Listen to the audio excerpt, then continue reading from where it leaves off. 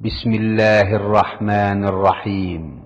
পরম করুণাময় ও অসীম দয়ালু আল্লাহর নামে শুরু। ومن أحسن قولا ممن دعا إلى الله وعمل صالحا وقال إنني من المسلمين.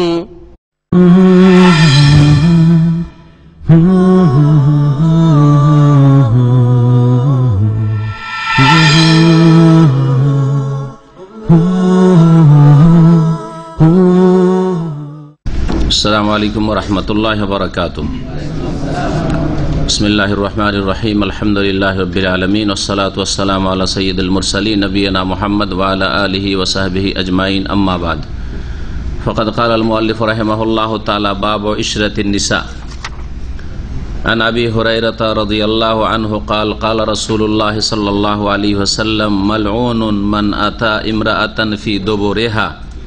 রাওয়াহু আবু দাউদ ওয়ান নাসাই ওয়াল লাফযু লাহু ওয়া রিজালুহু সিকাতুন লাকিন ইল্লা বিল ইরসাল। আন ইবনে আব্বাস রাদিয়াল্লাহু তাআলা আনহুমা ক্বাল ক্বালা রাসূলুল্লাহ সাল্লাল্লাহু আলাইহি ওয়াসাল্লাম লা ইয়ানজুরুল্লাহু ইলা রাজুলিন আতা রাজুলান আও ইমরাআতান ফি দুবুরিহা।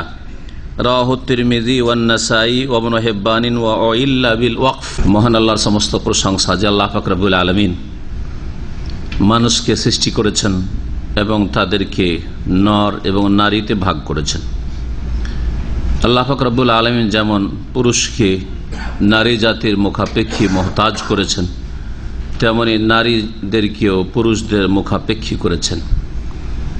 একজনকে অপরজনের জন্য, পুরুষকে নারীর জন্য, নারীকে পুরুষের জন্য পরিপূরক হিসাবে আল্লাহ পাক রব্বুল আলামিন সৃষ্টি করেছেন। এবং এই দুই শ্রেণীর মানুষের মধ্যে আল্লাহ পাক রব্বুল আলামিন সম্প্রীতি, ভালোবাসা, আকর্ষণ সৃষ্টি করে দিয়েছেন। এই ভালোবাসা যাতে করে বৈধ পথে হয়, শরীয়তের ভিত্তিতে হয়, আল্লাহ পাকের সন্তুষ্টির ভিত্তিতে হয়, আল্লাহ পাককে অসন্তুষ্ট না করে, যার জন্য আল্লাহ পাক রব্বুল আলামিন বিবাহের সুব্যবস্থা করেছেন। সালাত এবং সালাম নাজিল হোক নবী মুহাম্মদুর রাসূলুল্লাহ সাল্লাল্লাহু আলাইহি সাল্লামের ওপর, যিনিও বিবাহ শাদী করেছেন একাধিক নারীকে। এবং আম্বিয়া রসুলগণের সুন্নত হচ্ছে বিবাহ শাদী করা। তারা বিয়ে করেছেন, তাদের সন্তান সন্ততি ভূমিষ্ঠ হয়েছে।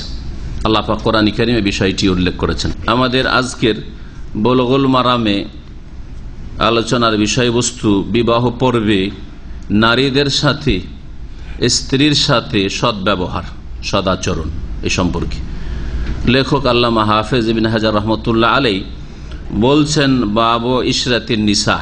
এই অধ্যায় হচ্ছে নারীদের সাথে সদ্ব্যবহার সম্পর্কে, সদাচরণ সম্পর্কে। উত্তম চরিত্র আপনাকে পেশ করতে হবে যদি আপনি তাদের কাছ থেকে উত্তম চরিত্রের আশা রাখেন। এ হচ্ছে আল্লাহ পাক রব্বুল আলামিনের নির্দেশ কোরআনে কারীমে। এখানে যে শব্দটি উল্লেখ করা হয়েছে অধ্যায়, সেটা হচ্ছে ইশরা, ইশরাতুন। এই শব্দটির অর্থে ভাষ্যকারগণ বলেছেন সেটা হচ্ছে মেলামেশা, মানে একের অপরের সংসর্গে থাকা, সাথী সঙ্গী হওয়া এবং যোগাযোগ রাখা, সম্পর্ক রাখা, ভালোবাসা। শরীয়তের ভাষায় বলা হয় মা ইয়াকুনু বাইনা যাওজাইনি মিনাল উলফাতি ওয়াল বিয়ামি ওয়াল মাহাব্বা ওয়া হুসনুস সুহবাতি ওয়াল ইশরা। স্বামী স্ত্রীর মাঝে যে সম্প্রীতি সৃষ্টি হয়, ঐক্যমত হওয়া, ভালোবাসা সৃষ্টি হওয়া এবং একসাথে মিলেমিশে থাকা, সৎ ব্যবহার করা, সদাচরণ করা, এগুলিকে এই শব্দটি শামিল। এই বিষয়গুলি সম্পর্কে আলোচনা হবে। যেই কথা কাজগুলির মাধ্যমে, যেই আচার আচরণের মাধ্যমে আপনি আপনার স্ত্রীর সাথে সদ্ব্যবহার করবেন এবং যেই আচার আচরণ, যেই কথাবার্তার মাধ্যমে আপনার স্ত্রী আপনার সাথে সদ্ব্যবহার করবে, সদাচরণ করবে, দুই পক্ষ থেকে এটা হইতে হবে। এই একটা দিক, ইতিবাচক দিক।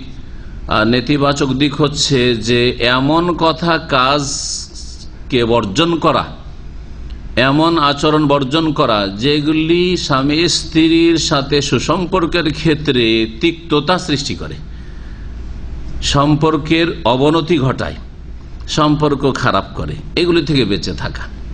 ইতিবাচক এবং নেতিবাচক দুই রকমেরই কথা এই অধ্যায়ে আসবে ওইসব হাদিসগুলিতে। ধারাবাহিক আলোচনা এই বিষয়ের ওপর 2 থেকে 3 সপ্তাহ লাগতে পারে, বেশ কিছু হাদিস রয়েছে। আজকে ইনশাআল্লাহ তাআলা কয়েকটি হাদিসের ব্যাখ্যা আপনাদের সামনে পেশ করব। এই বিষয়টিকে কোরআনে কারিমে স্বয়ং আল্লাহ পাক বর্ণনা করেছেন। সূরা নিসার আয়াত নম্বর 19-এ আল্লাহ পাক ইরশাদ করেছেন, ওয়াশিরুহুন্না বিল মারুফ, তোমরা নারীদের সাথে, স্ত্রীদের সাথে সৎ ব্যবহারের সাথে জীবন যাপন করা। সৎ ব্যবহার করা, কথার দ্বারা সদ্ব্যবহার হয়, কাজের দ্বারা সদ্ব্যবহার হয়, চলাফেরার দ্বারা সদ্ব্যবহার হয়, তার সুখ দুঃখের খেয়াল রাখার মাধ্যমে সদ্ব্যবহার হয়। সেটা দুই পক্ষ থেকে হয়, শুধু কথাই যথেষ্ট না, শুধু কাজে যথেষ্ট না, শুধু পয়সায় যথেষ্ট না, পয়সা দিয়ে হয়। পয়সার ক্ষেত্রে কৃপণতা করলে হয় না, সদ্ব্যবহার হয় না যেখানে প্রয়োজন রয়েছে। আবার পয়সার ক্ষেত্রে এত বেশি ডিমান্ড করলে, যদি স্ত্রী এত বেশি চাপ সৃষ্টি করে, পীড়াপিড়ি করে, যেই খরচ আপনার কাছে অপচয়, যেই খরচ আপনার কাছে অনেক বেশি, অথবা যেই খরচ আপনার জন্য বিরক্তিকর, যেই ব্যয়বহন, এত টাকা খরচ করা, এত টাকা নষ্ট করা, এত ফ্যাশন করা, যেটা আপনার আর্থিক যে সচ্ছলতা রয়েছে, আপনার যে ক্ষমতা রয়েছে তার চাইতে বেশি বোঝা, অতিরিক্ত বোঝা, এগুলি সম্পর্ককে খারাপ করে, এগুলি সম্পর্ককে খারাপ করে। তাহলে বোঝা গেল যে সৎ ব্যবহার কথাতে হয়, কাজে হয়, ধন সম্পদের ক্ষেত্রে হয়, আচার আচরণের ক্ষেত্রে হয়, চলাফেরার ক্ষেত্রে হয়, বিশ্রামের সময়গুলির খেয়াল রাখার মাধ্যমে হয়, হ্যাঁ, কাজকর্মের ক্ষেত্রে সহযোগিতা, পরস্পর সহযোগিতার মাধ্যমে হয়। স্ত্রী সারাদিন ঘুমাতে পারেন, একটু বিশ্রামে আর গিয়ে দিলেন, জাগিয়ে, এটা ভালো কাজ করে। সম্পর্ক যদিও কিছু না বলে, তারপরে তিক্ততা আসবে। স্বামী ক্লান্ত হয়ে এসছে আর তাকে ঘুম চলে এসছে, দিল উঠিয়ে যে তুমি এসে ঘুমিয়ে গেলে কেন, কথা বলো কিছু, এটা ভালো কাজ হইল না। যদি আপনার নিয়তটা ভালো আছে, একজন বোনের হয়তো নিয়ত ভালো আছে যে সারাদিন কথা বলতে পারেন, একটু কথা বলবো, কিন্তু এমন ভেঙে পড়েছে, ক্লান্ত হয়েছে, বেচারাকে ঘুম চলে এসছে, দিল জাগিয়ে একবার কাঁচা ঘুম। তো এইরকম বহু জিনিস রয়েছে। একজন স্বামীকেও এই বিষয়গুলির খেয়াল রাখতে হবে, আর একজন স্ত্রীকেও এইসব বিষয়গুলির খেয়াল রাখতে হবে। শরীয়তে এই বিষয়গুলির জন্য উৎসাহিত করা হয়েছে। কোরআনে কারীমে এবং রাসূলুল্লাহ সাল্লাল্লাহু আলাইহি ওয়াসাল্লাম হাদিসে, আয়াত বললাম সূরা নিসার, ওয়াশিরুহুন্না বিল মারুফ, তোমরা নারীদের সাথে সৎ ব্যবহারের সাথে জীবন যাপন করো। যদি আপনি আপনার দাম্পত্য জীবনের গাড়িটাকে ঠিকভাবে গন্তব্য স্থান পর্যন্ত পৌঁছাতে চান, যে এর সাথে আমি সারা জীবনটা কাটাবো, এর সাথে আমার সুখটা হোক, আপনিও চান, আপনার স্ত্রীও চাই, তাহলে ভালো ব্যবহার করতে হবে, ভালো আচরণ করতে হবে। আল্লাহ পাক আরো সূরা বাকারা 228 নম্বর আয়াতে ইরশাদ করেছেন, ওয়ালাহুন্না মিসলুল্লাযী আলাইহিন্না বিল মারুফ, নারীদের জন্য ওই রকমই অধিকার রয়েছে, নারীদের ওই রকমই প্রাপ্য রয়েছে, অধিকার রয়েছে স্বামীদের ওপর, মহিলাদের বা স্ত্রীদের স্বামীদের ওপর ওই রকম অধিকার রয়েছে যেমন তাদের ওপর, নারীদের ওপর, স্ত্রীদের ওপর অধিকার রয়েছে, হক রয়েছে, প্রাপ্য রয়েছে স্বামীদের। ওয়ালাহুন্না মিসলুল্লাযী আলাইহিন্না বিল মারুফ, তো দুই পক্ষ থেকেই হকের ক্ষেত্রে যেমন স্বামীর হক রয়েছে, অধিকার রয়েছে স্ত্রীর ওপর, যে আমার অধিকার, এটা দিতে হবে তোমাকে, এই কাজগুলি করতে হবে, এই আচরণটা করতে হবে, তেমন তারও অধিকার রয়েছে যে আপনার কাছে তার ন্যায্য অধিকার রয়েছে, সে আপনার কাছ থেকে ভিক্ষা পায় না, আপনার দয়ার আশা করে নেই। আল্লাহ পাক ফরজ করেছেন আপনার উপর যে তার সাথে আপনি ভালো আচরণ করবেন, ভালো করে মনে। এই ক্ষেত্রে কিন্তু সমান আল্লাহ পাক করেছেন, এই ক্ষেত্রে আল্লাহ পাক সমান করেছেন।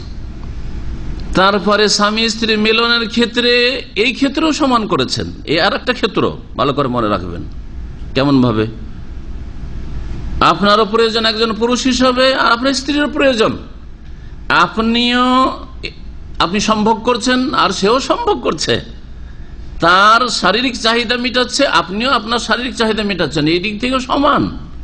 তো এগুলিও সমান। হ্যাঁ, তাহলে এমন একটা জিনিস রয়েছে যেই ক্ষেত্রে আপনাকে কিছু দায়িত্ব দেওয়া হয়েছে যেই কাজগুলি তার নাই, আর এমন কিছু কাজ দেওয়া হয়েছে তার, আপনার স্ত্রীর, সেই কাজগুলি আপনার নাই, ওই ভাগগুলি রয়েছে। এখন এগুলির বিস্তারিত আলোচনা যদি যায় তাহলে হাদিসের ব্যাখ্যাগুলিতে আসতে পারবো না, শুধু ইঙ্গিত করে রাখলাম। এতে আমার উদ্দেশ্য হচ্ছে যে পুরুষের কাজ হচ্ছে ঘরের বাইরের কাজ। ঘরের বাইরে এমন এমন দায়িত্ব আপনার রয়েছে যেই দায়িত্বগুলিতে আপনার স্ত্রীর কোনো অংশ নেই, কোনো দায়িত্ব নেই। খাদ্যের ব্যবস্থা করতে হবে, বাড়িঘর তৈরি করতে হবে, ছেলে মেয়েকে পড়াইতে হবে, টাকা পয়সা আনতে হবে, খরচ খরচা জুটাতে হবে, কোনো দায়িত্ব নেই আপনার স্ত্রীর। যদিও সে চাকরি করে, ভালো করে শুনে রাখেন, যদিও সে চাকরি করে, ইনকাম করে, যদিও তার বাবার কাছ থেকে কোটি কোটি টাকা পেয়ে থাকে, তার ধন সম্পদ থাকে, জমি জায়গা থাকে, প্রপার্টি থাকে, কোনো দায়িত্ব নেই তার। এই কথা বলার অধিকার নেই যে তুমিও চাকরি করছো আমিও চাকরি করছি, 50-50, তুমি অর্ধেক খরচ দাও বাড়ির আর আমি খরচ দিই না, কোনো অধিকার নেই আপনার বলার। আপনাকে খরচ দিতে হবে, এটা আপনার দায়িত্ব। শুধু আপনার স্ত্রীর কিছু দায়িত্ব রয়েছে যেখানে আপনার কোনো দায়িত্ব নেই। বাড়ির ঘরের কাজগুলি, ছেলে মেয়েদের প্রতিপালন, হ্যাঁ, তাদের পেশা পায়খানা সাফ করা, তাদের খোঁজ খবর রাখা, তাদের যতগুলি শারীরিক আর মানসিক আর আরাম বিশ্রাম ইত্যাদি এসবে যেসব দায়িত্ব রয়েছে। তারপরে বাড়িতে রান্না করার বিষয়টি, স্বামী বাড়িতে আসবে বাইরে থেকে আর বলবে যে এখন 50-50, তুমিও রান্না করো আমি রান্না করছি। যদি বলেন যে ঠিক আছে তোমাকে বাড়ির খরচ দিতে হবে অর্ধেক আর আমি খরচ দিব, কারণ তুমিও ইনকাম করছো আমিও ইনকাম করছি, তুমিও চাকরি করো, যারা স্বামী স্ত্রী চাকরি করে এইরকম বলেন, তাহলে ঠিক আছে, তারও বলার অধিকার আছে যে ঠিক আছে তোমার অপেক্ষা করবো, যখন তুমি আসবে তুমিও রান্না করো আমি করবো, ঠিক না? তুমি একবার ছেলে মেয়ের পায়খানা পেশাব সব করবো, আমি একবার করবো, বলার অধিকার আছে কিনা? না, বাড়ির কাজগুলি সবগুলি স্ত্রী করতে হবে, আর বাড়ির বাইরের কাজগুলি, ভরণ পোষণের দায়িত্ব সবগুলি স্বামীকে করতে হবে। এইভাবে আল্লাহ পাক ভাগ করে দিয়েছেন। এটা হচ্ছে দিন ইসলামের পারিবারিক কাঠামো, ইসলামিক পরিবার। তো ফিরে আসি সৎ ব্যবহারের দিকে, যেটা আসল বিষয়। নবী করিম সাল্লাল্লাহু আলাইহি ওয়াসাল্লাম বলেছেন খায়রুকুম লিআহলিহি, তোমাদের মধ্যে সবচাইতে ভালো মানুষ ওই সব লোকেরা যারা নিজের পরিবারের কাছে, স্ত্রীর কাছে ভালো মানুষ। আপনার স্ত্রী যদি আপনাকে ভালো বলে তো জানতে হবে আমি ভালো, কারণ আমার স্ত্রী কখনো আমার দুর্নাম করে নাই, আমার বিরুদ্ধে কোনো সময় অভিযোগ করে নাই, কোথাও গিয়ে বান্ধবীর কাছে অভিযোগ করেনি, অথবা তার বোনদের কাছে ভাইদের কাছে অভিযোগ করেনি, তার বাপ মায়ের কাছে গিয়ে অভিযোগ করেনি, আমার বাপ মার কাছেও কখনো নালিশ করেনি যে তোমার ছেলে এরকম জুলুম অত্যাচার করছে বা আমাকে কষ্ট দিচ্ছে। তাহলে আপনি ভালো মানুষ, সবসময় পজিটিভ বলেছে আপনার সম্পর্কে। তাহলে এখন আপনারা যারা বিবাহ করেছেন বুঝছেন যে আপনার সম্পর্কে যদি অভিযোগ উঠে মাঝে মধ্যে, তাহলে জানবেন যে আপনার চরিত্রে ত্রুটি আছে, আপনার আচরণে ঘাটতি আছে। আর যদি আলহামদুলিল্লাহ প্রশংসা থাকে তাহলে খুব ভালো, ভালো মানুষ আপনি। তাহলে এ হচ্ছে নবী করিম সাল্লাল্লাহু আলাইহি সাল্লামের কথা, যাতে একটি নীতিমালায় রয়েছে যে আপনার স্ত্রীর কাছে ভালো, আপনি ভালো। তবে স্ত্রী আল্লাহ ভীরু হইতে হবে। স্ত্রী বেনামাজি নামাজের চাপ দিলে তো ভালো বলবেন আপনাকে, ঠিক না? স্ত্রী কবর মাজার পূজারি যদি আর আপনি যদি বলেন মাজারে যেতে দেবো না, তাহলে তোমার ভালো বলবে না। হ্যাঁ, ভালো বলবে না। তুমি বেশি বুঝো, আমার ভাই হুজুর সে বেশি বুঝে। আমাদের এক ভাইয়ের তৈরি হয়েছে, ও ভাইয়ের কথা মানবে, ও স্বামীর কথা মানবেই না, মানলো না, 3 মেয়ে হয়ে গেছে, তারপরে মানলো না, তালাক নিয়ে চলে গেল। জানি না ওই ভাই থাকতেও পারে, যাই হোক, কিন্তু নাম উল্লেখ করছি না। তো কথা হচ্ছে যে না, এইরকম মহিলা না যারা দিনের বাইরে আছে, তৌহিদ সুন্নতের বাইরে আছে, ফরজ ওয়াজিব আদায় করার বাইরে আছে, হারাম নাজায়েজ কাজে লিপ্ত আছে, বেহায়া বেপরদা চলাফেরা করে, ওই সব মহিলাদের সার্টিফিকেটের কোনো প্রয়োজন নেই। ওই সব স্ত্রীদের সার্টিফিকেট কোনো মূল্য রাখে না। তবে একজন মুমিনা, মুসলিমা, আল্লাহ ভীরু, মুত্তাকিয়া যদি আপনাকে ভালো বলে স্বামী হিসাবে, তাহলে আপনি ভালো মানুষ। ওয়ানা খায়রুকুম লিআহলি, আর আমি তোমাদের মধ্যে সবচাইতে ভালো মানুষ আমার পরিবারের কাছে। রাসূলুল্লাহ বলছেন আমি আমার পরিবারের কাছে সবচাইতে ভালো মানুষ। তো রাসূলুল্লাহ সাল্লাল্লাহু আলাইহি ওয়াসাল্লাম সবচাইতে ভালো মানুষ পরিবারের কাছে, আপনাকে আপনার পরিবারের কাছে সবচাইতে ভালো মানুষ হওয়ার চেষ্টা করতে। স্বামীকে আল্লাহ পাক রব্বুল অতিরিক্ত যে বিষয়টি দিয়েছেন যা স্ত্রীকে দেননি, সেটা হচ্ছে নেতৃত্ব। নেতৃত্বকে আল্লাহ পাক ভাগ করেননি। অনেক সময় দেখা যায় স্বামীর চাইতে স্ত্রীর ডিগ্রি বেশি, আছেন আজকালকার জামানে, বিশেষ করে স্কুল কলেজে মহিলাদেরকে উচ্চশিক্ষায় দেওয়ার কারণে দেখা গেল যে মাস্টার ডিগ্রি পেয়ে গেছে মহিলা, আর স্বামী তো মাস্টার ডিগ্রি কেন, ব্যাচেলারও পাওয়া যায় না।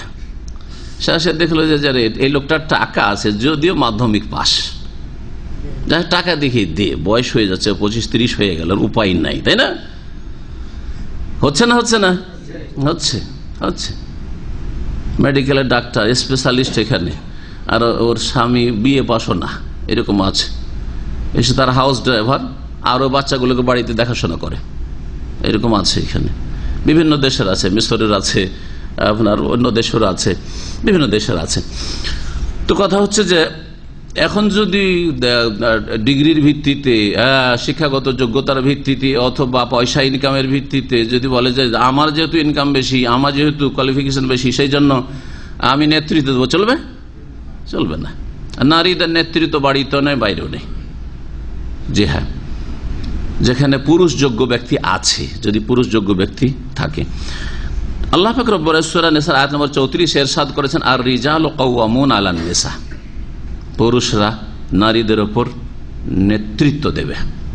কাওয়ামের বহুবচন কাওয়ামুন, তাদেরকে আল্লাহ পাক নেতৃত্ব দিয়েছেন। কেন? দুইটি কারণ আল্লাহ পাক উল্লেখ করেছেন, বিমা ফাদ্দালাল্লাহু বা'দাহুম আলা বা'দ ওয়া বিমা আনফাকু। একটি যুক্তি হচ্ছে পুরুষকে, স্বামীকে নেতৃত্ব দেওয়ার যে আল্লাহ পাক রব্বুল আলামিন এক শ্রেণীর মানুষকে আর এক শ্রেণীর ওপর কি করেছেন? শ্রেষ্ঠত্ব দিয়েছেন। হ্যাঁ, শ্রেষ্ঠত্ব, দৈহিক শ্রেষ্ঠত্ব, গায়ে জোর আছে, ব্রেন বুদ্ধিতে জোর আছে, হ্যাঁ, লাফালাফি করতে পারবে তাড়াতাড়ি, হ্যাঁ, ছোটাছুটি করতে পারবে তাড়াতাড়ি, রিস্ক নিতে পারবে তাড়াতাড়ি, মনের দিক থেকে, মনোবলের দিক থেকে শক্তি বেশি রয়েছে। এগুলি পুরুষের মধ্যে বেশি আছে না মহিলার মধ্যে বেশি আছে? স্বাভাবিক। মহিলা যদি একটা অ্যাক্সিডেন্ট দেখে, ধাই করে গাড়িতে স্বামী স্ত্রী যাচ্ছিল, ধাই করে গিয়ে ধাক্কা খেলো, দেখেছি, মহিলা সাথে সাথে কান্না শুরু করে দিয়েছে। পুরুষের কিছুই না, ঠিক না? কান্না করছে, ওকে লাগেনি, ব্যথা হয়নি, তারপর এমনি কান্না করছে, এই কেঁদে চলে যাচ্ছে, কেঁদে চলে যাচ্ছে। কত দুর্বল। স্বামী স্ত্রী ঝগড়া, এগুলো আপনারা দেখেছেন, গ্রামে গঞ্জে দেখেছে। স্বামী স্ত্রী ঝগড়া করছে, ও গাল দিচ্ছে, ও গাল দিচ্ছে, দুই দিক থেকে চলছে। 5 মিনিট, 7 মিনিট, 10 মিনিট হওয়ার পরে স্বামীর রাগ বাড়তে আছে, ও গাল দিতে আছে, আর এ কাঁদতে শুরু করেছে। কেন কাঁদবে? কখন দেখেছেন যে পুরুষটা কাঁদছে ঝগড়া করে? ঝগড়া করে কাঁদবে না, গাল খেলেও কাঁদবে না, মার খেলেও কাঁদবে না। যদি স্ত্রীর কাছে মার খেয়ে যায় তাও কাঁদবে না পুরুষ, তাহলে ওর গায়ে জোর আছে। ট্রেনে আজকাল লাফ দিয়ে, বাসে লাফ দিয়ে, জাম দিয়ে উঠতে হচ্ছে যারা মহিলা, যেসব মহিলারা স্কুল কলেজ ইউনিভার্সিটিতে একা একা যাচ্ছে, চাকরি করছে, অফিস আদালতে, লাফ দিয়ে পুরুষরা যেমন উঠতে পারে ঝুঁকি নিয়ে, মহিলা পারবে? পারবে না, স্বাভাবিক। যুদ্ধের ময়দানে যেভাবে রিস্ক নিতে পারবে, ঝুঁকি নিতে পারবে, ঝাঁপ দিতে পারে একটা পুরুষ, মহিলা পারবে? কখনো পারবে না। তো কি করে ওকে নেতৃত্ব দেওয়া যাবে? কখনো নেতৃত্ব দেওয়া যাবে না। আল্লাহ পাক যিনি সৃষ্টি করেছেন পুরুষকে, যিনি সৃষ্টি করেন নারীকে, তিনি জানেন যে কাকে নেতা বানাইতে হবে। আল্লাহ বেশি ভালো জানেন। আল্লাহ ইয়ালামু মান খালাকা, সূরা মুলক আল্লাহ বলছে, যিনি সৃষ্টি করেছেন তিনি জানেন না যে কাকে নেতা বানাইতে হবে? অবশ্যই তিনি জানেন। তো আর রিজালু কাওয়ামুন আলা নিসা, কেন আল্লাহ পাক শ্রেষ্ঠত্ব দান করেছেন পুরুষকে, স্বামীকে স্ত্রীর উপর? তাহলে ফজিলত স্বামীর রয়েছে, শিক্ষার দিক থেকে, ডিগ্রির দিক থেকে যদিও স্ত্রীর চাইতে কম হোক, তার শ্রেষ্ঠত্ব রয়েছে স্বামী হিসাবে। ওয়াবিমা আনফাকু, আর নেতৃত্ব পাওয়ার দ্বিতীয় যুক্তি হচ্ছে, কারণ স্বামীরা খরচ করে থাকে, স্ত্রীকে খরচ করা লাগে না। স্বামীর দায়িত্ব হচ্ছে বাইরে থেকে, হ্যাঁ, চাল ডাল শাক সবজি মাছ গোস্ত সবকিছু এনে দেওয়া, স্ত্রীর কোনো দায়িত্ব নেই।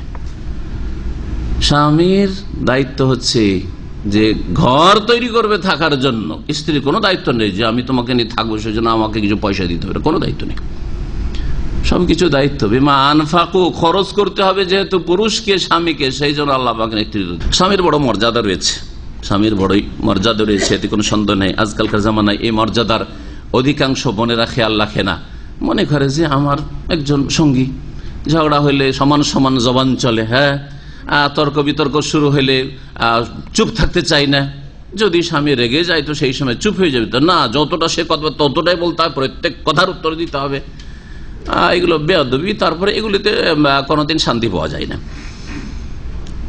বরং তার আদব এহতেরাম শ্রদ্ধা সম্মানের খেয়াল রাখতে হবে। এটা হচ্ছে শরীয়তের কথা।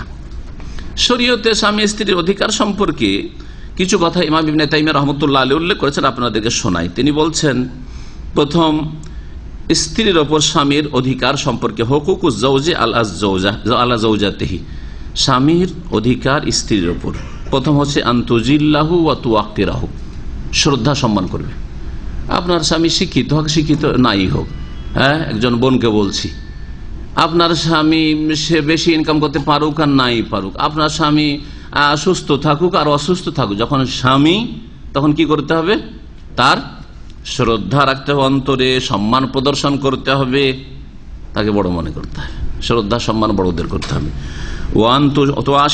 হোসনা, এবং তার সাথে সৎ ব্যবহার করতে হবে যে কোনো পরিস্থিতিতে।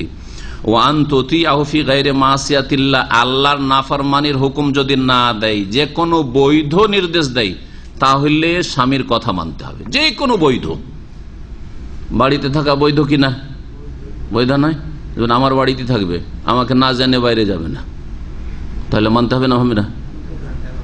হ্যাঁ, বাড়ির বাইরে যাওয়া জায়েজ, জায়েজ নয় প্রয়োজনে বাড়ির বাইরে যাওয়া জায়েজ, মহিলাদের পর্দা করে শরীর ঢেকে যদি বাইরে যায়, জায়েজ কিনা মহিলার জন্য। কিন্তু যদি বলে, দেখো আমাকে না জানি তুমি বাড়ির বাইরে যাবে না, কোনো কিছু লাগলে আমাকে জানাবে তুমি, আর কোনো কিছুর প্রয়োজন হয়েছে চলে গেলে তুমি মুদিখানার দোকান, চলে গেলে তুমি মার্কেটে কেনাকাটার জন্য, এটা চলবে না, আমাকে জানিয়ে যেতে হবে। তাহলে বাইরে যাওয়া বৈধ ছিল, আর বাড়িতে থাকা ওর চাইতে উত্তম ছিল। অকারনাফি বইতুকুন্না, যদিও বাইরে যাওয়া জায়েজ, আপনাকে একটা জায়েজ কাজেরও যদি হুকুম দেয়, তাহলে সেটা কি করতে হবে? পালন করতে হবে, নাফরমানি করবে না। কিন্তু নাজায়েজ যদি বলে, নাজায়েজ কথা বলে, তোমার এত লম্বা লম্বা চুল ভালো লাগে না, ও আগের যুগে রাখতে, এখন একটু চুলগুলো ইউরোপিয়ান করে রাখতে হবে, হ্যাঁ, তো কি করবে? শুনবে না? শুনবে না, ওই নাফরমান স্বামীর কথা শুনবে না। ঠিক আছে? দেখো, রমজান মাসে বলছে ফাসেক, পাপিষ্ঠ স্বামী, এরকম মেলা বন্ধের স্বামী রয়েছে, রোজা রাখে না, হয়তো বলছে আজকে তোমার রোজা রাখা চলবে না, আজকে আমার দিনের প্রয়োজন আছে। মানা চলবে? অবশ্যই মানা চলবে না, ফরজ। তার কাছ থেকে তালাক নিতে হবে, কিন্তু তার এই কথা মানা যাবে না।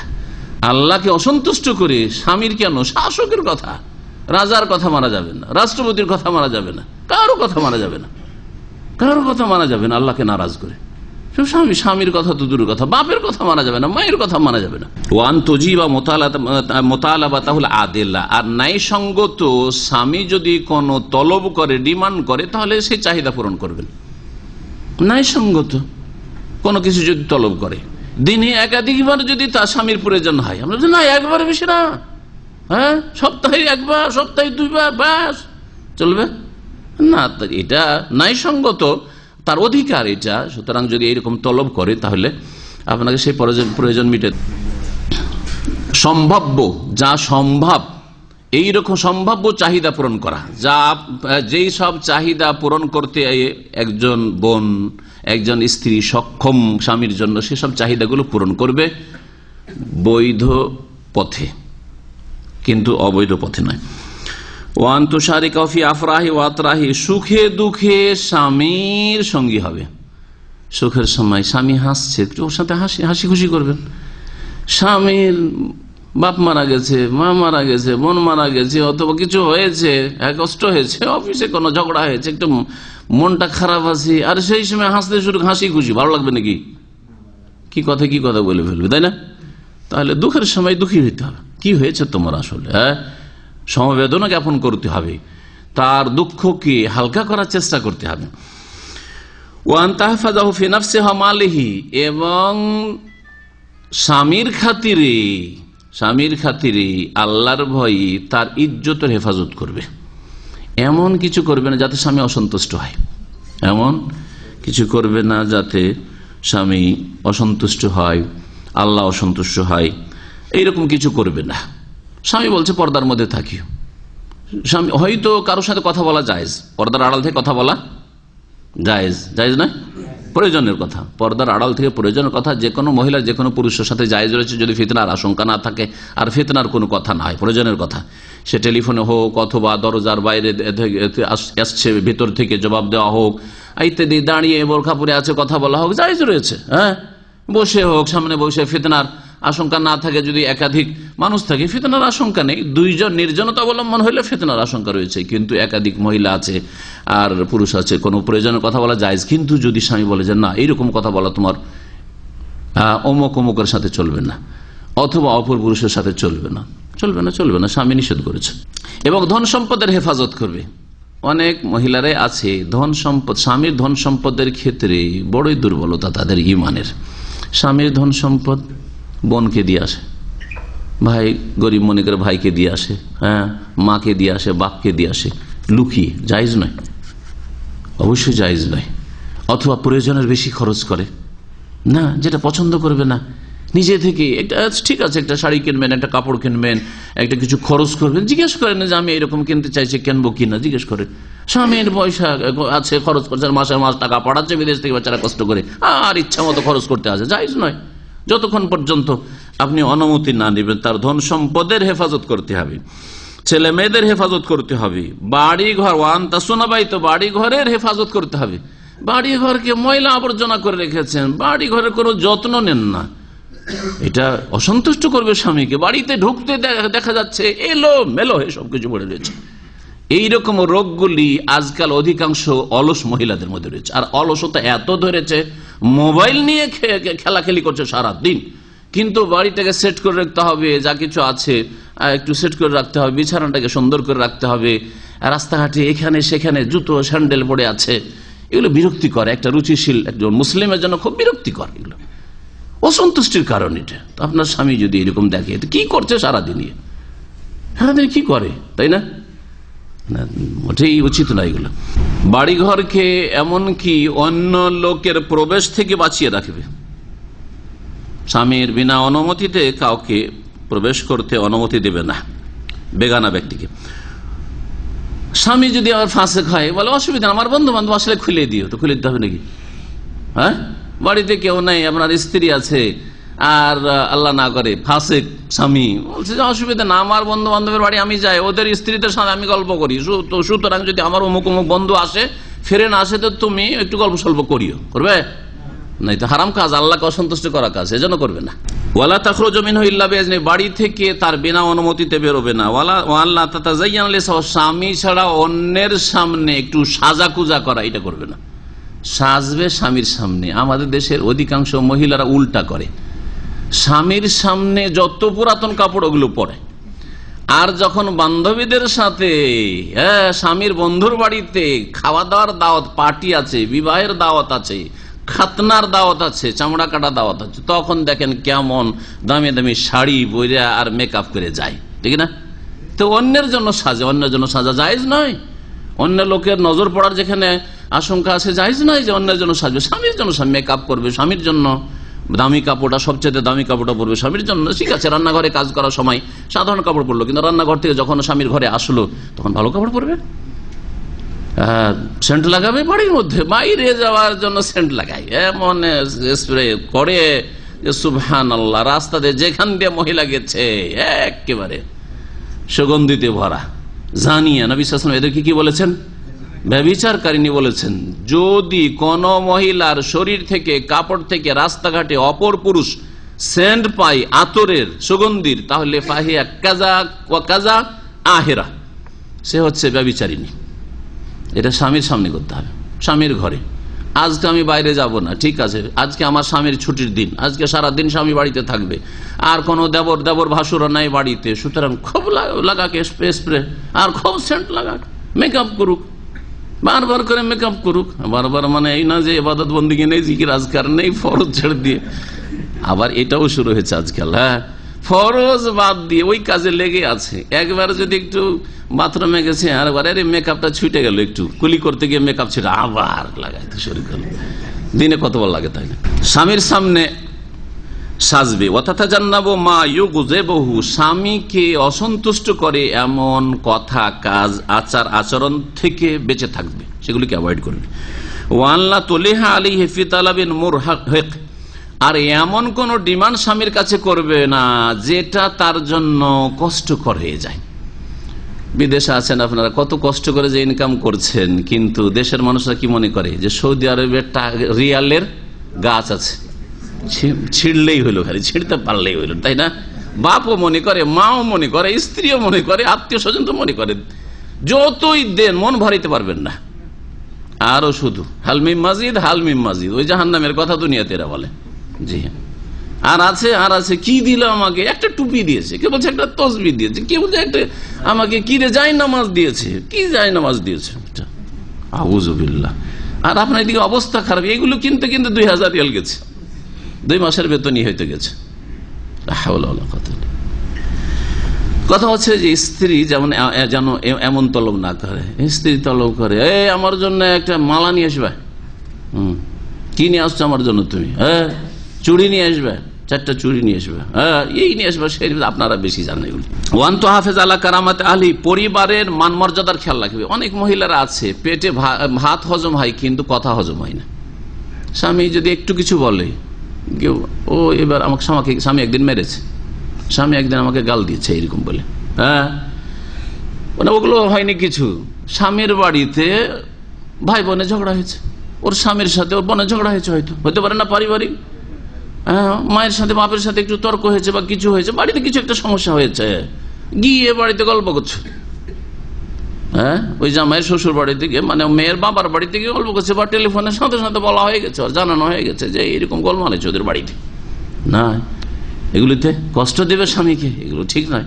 সম্মানের খেয়াল রাখতে হবে যে আমার এই কথাগুলি যদি বাইরে যায় তাহলে আমার স্বামীর মানহানি হবে, স্বামী ছোট হয়ে যাবে সমাজে, মানুষের কাছে। ওয়ান তাকুম বিখিদমাতি আওলাদিহিমা, ছেলে মেয়েদের সেবা যত্ন করবে। ওয়ান তুইনাহু আলা মা আমকানা, যথাসাধ্য তার সাথে সহযোগিতা করবে।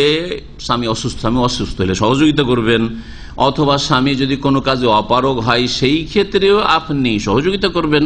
যেমন স্ত্রী যদি কাজ বেশি থাকে আর অপারগ আর বাড়িতে আপনি ফিরে আছেন, তাহলে তার সাথে সহযোগিতা করবেন। এটা দুই পক্ষ থেকে হইতে হবে। ওয়ান লা তুনকিরা খাইরাহু ওয়া বিররাহু, আর স্বামী যদি কোনো ভালো কিছু করে, সৎ ব্যবহার করে, সেটাকে তুচ্ছ নজরে দেখবেন না। সামান্য একটা কিছু করেছে, বেশি কিছু নিয়ে যেতে পারেনি, যেমন সস্তা কিছু একটা মোবাইল, 200 টাকারই মোবাইল নিয়ে গেছে, সব স্বামী এরা আসছে দেখছি এখানে সৌদি আরব থেকে আসার পরে ও গ্লাক্সি নিয়ে আসছে, আর কত কি নিয়ে আসে, 2000-3000 মোবাইল ওদের হাতে, আর তুমি আমার কাছে 200-300 টাকার কি নিয়ে এসছো, এটা এরকম করবেন না। ওইটাতে শুকরিয়া আদায় করে, তারপরে যেভাবে শুকরিয়া আদায় করে, যেখানে যে ভাষা দিয়ে চলে, তারপরে তখন নিজের তলবের কথা বলতে পারেন যে আগামীতে যদি এইরকম পারো বা কিছু, বা সেটা আলাদা কথা, কিন্তু কথা হচ্ছে যে এইরকম বলবেন না যে এটা এমন কি নিয়ে এসছো, কয় পয়সা দামের জিনিস নিয়ে এসছো, এরকম নয়। ও আম্মা হুকুকুজ জাওজ আলা জৌজ, স্ত্রীর অধিকার স্বামীর ওপর। এতক্ষণ তো বোনরা দেখলো যে একতরফা কথা চলছে, তাই না? সবগুলি আমাদের চাপানো হলে এই করতে হবে, এই করতে হবে, আর এই করতে। এখন শুনেন আপনাদের কি রয়েছে, বোনদেরকে বলছি, আর আপনাদের কি দায়িত্ব রয়েছে। স্ত্রীর অধিকার হক স্বামীর ওপর, ফাইয়ুআশিরহা বিল মারুফ, তার সাথে সৎ ব্যবহার করবেন, সৎ ব্যবহার করবেন। সে আপনারও দাসী না, আপনার বাপ মায়েরও দাসী না। বাঙালি সমাজে হিন্দু সভ্যতা রয়েছে, বিয়ে করতে যায় বলে যে মা তোমার জন্য দাসী আনতে যাচ্ছি, শুনেছেন এটা কথা? হারাম নাজায়েজ কথা, এটা দাসী না, এটা আপনার জীবন সঙ্গিনী, এটা শরীকায়ে হায়াত, সারা লাইফের সারা জিন্দগির আপনার সঙ্গিনী। দুঃখে সুখে তার সুখে শরীক হইতে হবে আপনাকে তার, আর সে আপনার শরীক থাকবে। কি করে দাসী বলছেন? আপনারও দাসী না তো আপনার বাপের আর মায়ের দাসী হতো দূরের কথা, আপনার বাপ মায়ের দাসীর প্রশ্নই উঠে না। তবে আপনাকে সুখী করার জন্য, আপনাকে খুশি করার জন্য, আপনার সাথে একই সাথে যদি বাপ মা থাকে তো তাদের জন্য রান্না করে নেওয়া, তাদের জন্য খাদ্যের ব্যবস্থা করা, তাদের একটু খোঁজ খবর রাখা, সেবা যত্ন করা, এটা ঠিক আছে। এতটুকু অবশ্যই চাপ দেওয়া যাবে, বা এটা শরীয়তের নির্দেশ। কারণ স্বামী এর মাধ্যমে কি হবে? স্ত্রীর উপর খুশি হবে, সন্তুষ্ট হবে। কিন্তু আমাদের দেশের পারিবারিক কাঠামো, 5 ভাই, কম করে বললাম, আরো বেশি থাকতে পারে, আমাদের মতো 9 ভাই হইতে পারে, তাই না? 5 ভাই 7 ভাই, আর বিয়ে তো কেউ করবে না। ওই বড় ভাই বিয়ে করেছে একটা, না হয় মেজোটার বড় ভাই, ও বাবু বিয়ে করবে না, বলছে আমি পায়ে দাঁড়াইতে পারিনি, তখন 2 নম্বরটা দিয়েছে। বিয়ে করেছে মাত্র একজন, একটা বৌমা, আর শাশুড়ি মনে করছে আরে বউ চলে এসছে, আবার আমি কেন রান্না করব, এখন সব বউ করবে। আর কার জন্য? স্বামীর জন্য। তারপরে ছেলে মেয়ের জন্য, তারপরে স্বামীর বাপ মায়ের জন্য, শ্বশুর শাশুড়ির জন্য, আর তারপরে যে আরো 8-9 ভাই আছে সবগুলির জন্য রান্না করতে হবে, আর সবগুলির খাবার দাবার প্রস্তুত করতে হবে। এগুলি এমন বোঝার বোঝা মা আনজালাল্লাহু বিহা মিন সুলতান, যেগুলির দলিল প্রমাণ আল্লাহ পাক নাযিল করেন নাই। যে আপনার স্ত্রীর দায়িত্ব আছে যে দেবর ভাসুর গোটা গোষ্ঠীর রান্না করে খাওয়াইতে হবে, কোথাও নেই এগুলো। এগুলি হচ্ছে জুলম, অত্যাচার স্ত্রীদের উপর। শরীয়ত মধ্যপন্থা অবলম্বন করেছে। আপনাকে সন্তুষ্ট রাখার জন্য আপনার বাপ মায়ের খেদমত করতে হবে, কিন্তু তাই বলে আপনার ভাইদের বিয়েদের সাবালক হয়েছে, সোজা বিয়ে করুক, আর তার পর্দার সাথে তারা নিজের স্ত্রীদের গিয়ে না। তো কোথায় পর্দা থাকে? একটা যদি আপনার স্ত্রী থাকে আর 5 ভাই 7 ভাইয়ের সামনে একই অন্যে একই উঠানে চলাফেরা করে, কোথায় পর্দা থাকে? পর্দার গর্দা উড়িয়ে ফেলে দিচ্ছে। ভালো আচরণ করবে স্ত্রীর সাথে, এটা হচ্ছে স্ত্রীর হক। ওয়া আমেলাহা বিল ইহসান, তার সাথে সদ্ব্যবহার করবে, ইহসান করবে, তার উপকার করার চেষ্টা করবে। ওয়া ইয়াহফাজু হুরমাতাহা, তার মান মর্যাদার খেয়াল রাখবে, মানহানি করবে না। স্ত্রী আমার চাইতে ছোট, আমার অধীনে, সেই জন্য তার উপরে মানসিক কষ্ট দেবে অথবা শারীরিক কোনো কষ্ট দেবে, অথবা তার মান সম্মানের খেয়াল রাখবে না, যখন তখন তার মানহানি করবে না, এরকম করবে না। লজ্জিত করবে, অপদস্থ করবে না কখনো না কারো সামনে। ওয়ায়ুরাই রাহাতাহা ফিতরাতাহা, তার আরাম বিশ্রামের খেয়াল রাখবে, তার প্রাকৃতিক যে ক্ষমতা রয়েছে, শারীরিক কাঠামো রয়েছে, সেগুলির খেয়াল রাখবে যে এই শরীরে এই স্বাস্থ্যে এতটুকু কাজ করতে পারবে না, তার সহযোগিতার প্রয়োজন রয়েছে, ইত্যাদিগুলো খেয়াল রাখবে। ওয়ায়ুইনুহা ফি খিদমাতি বাইতিহা, বাড়ির যে সেবা যত্ন করছে স্ত্রী, সেই ক্ষেত্রে স্বামী তার সাহায্য সহযোগিতা করবে। ওয়ায়ুশারিকুহা ফি সুরুরিহা, সুখেও শরীক হবে। স্ত্রী যখন খুশিতে থাকবে তখন আপনাকে খুশি হতে হবে। আর স্ত্রীর ভাইয়ের বিয়ে, বোনের বিয়ে, বাড়িতে কিছু খুশি একটা আনন্দ হয়েছে, সে একটু আনন্দ করতে চায়, আপনিও তার সাথে আনন্দিত হন, তার সাথে আপনিও একটু শরীক হন।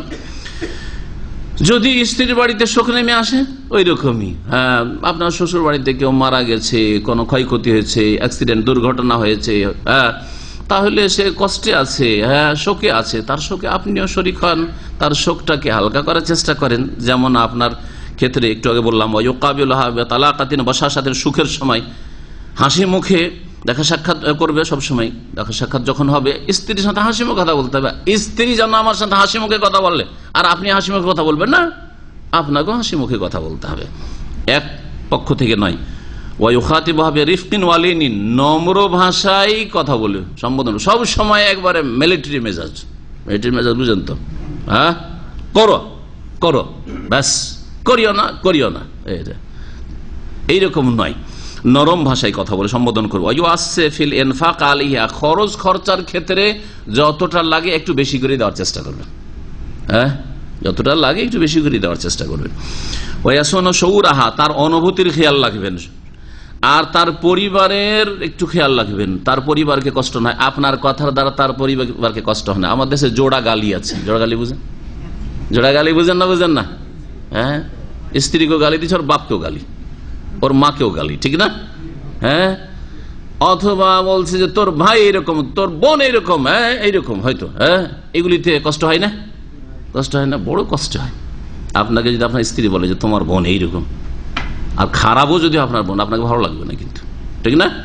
আপনার ভাই চোর, ও আপনার ভাই তো চোর, আপনার বংশ তো চোর আছে, আসলে চোর, তারপরও খারাপ লাগবে, আপনাকে লাগবে না যে আমাকে কষ্ট দেওয়া কথা বলছে। তো এটা ওই পক্ষের ক্ষেত্রেও খেয়াল রাখতে হবে।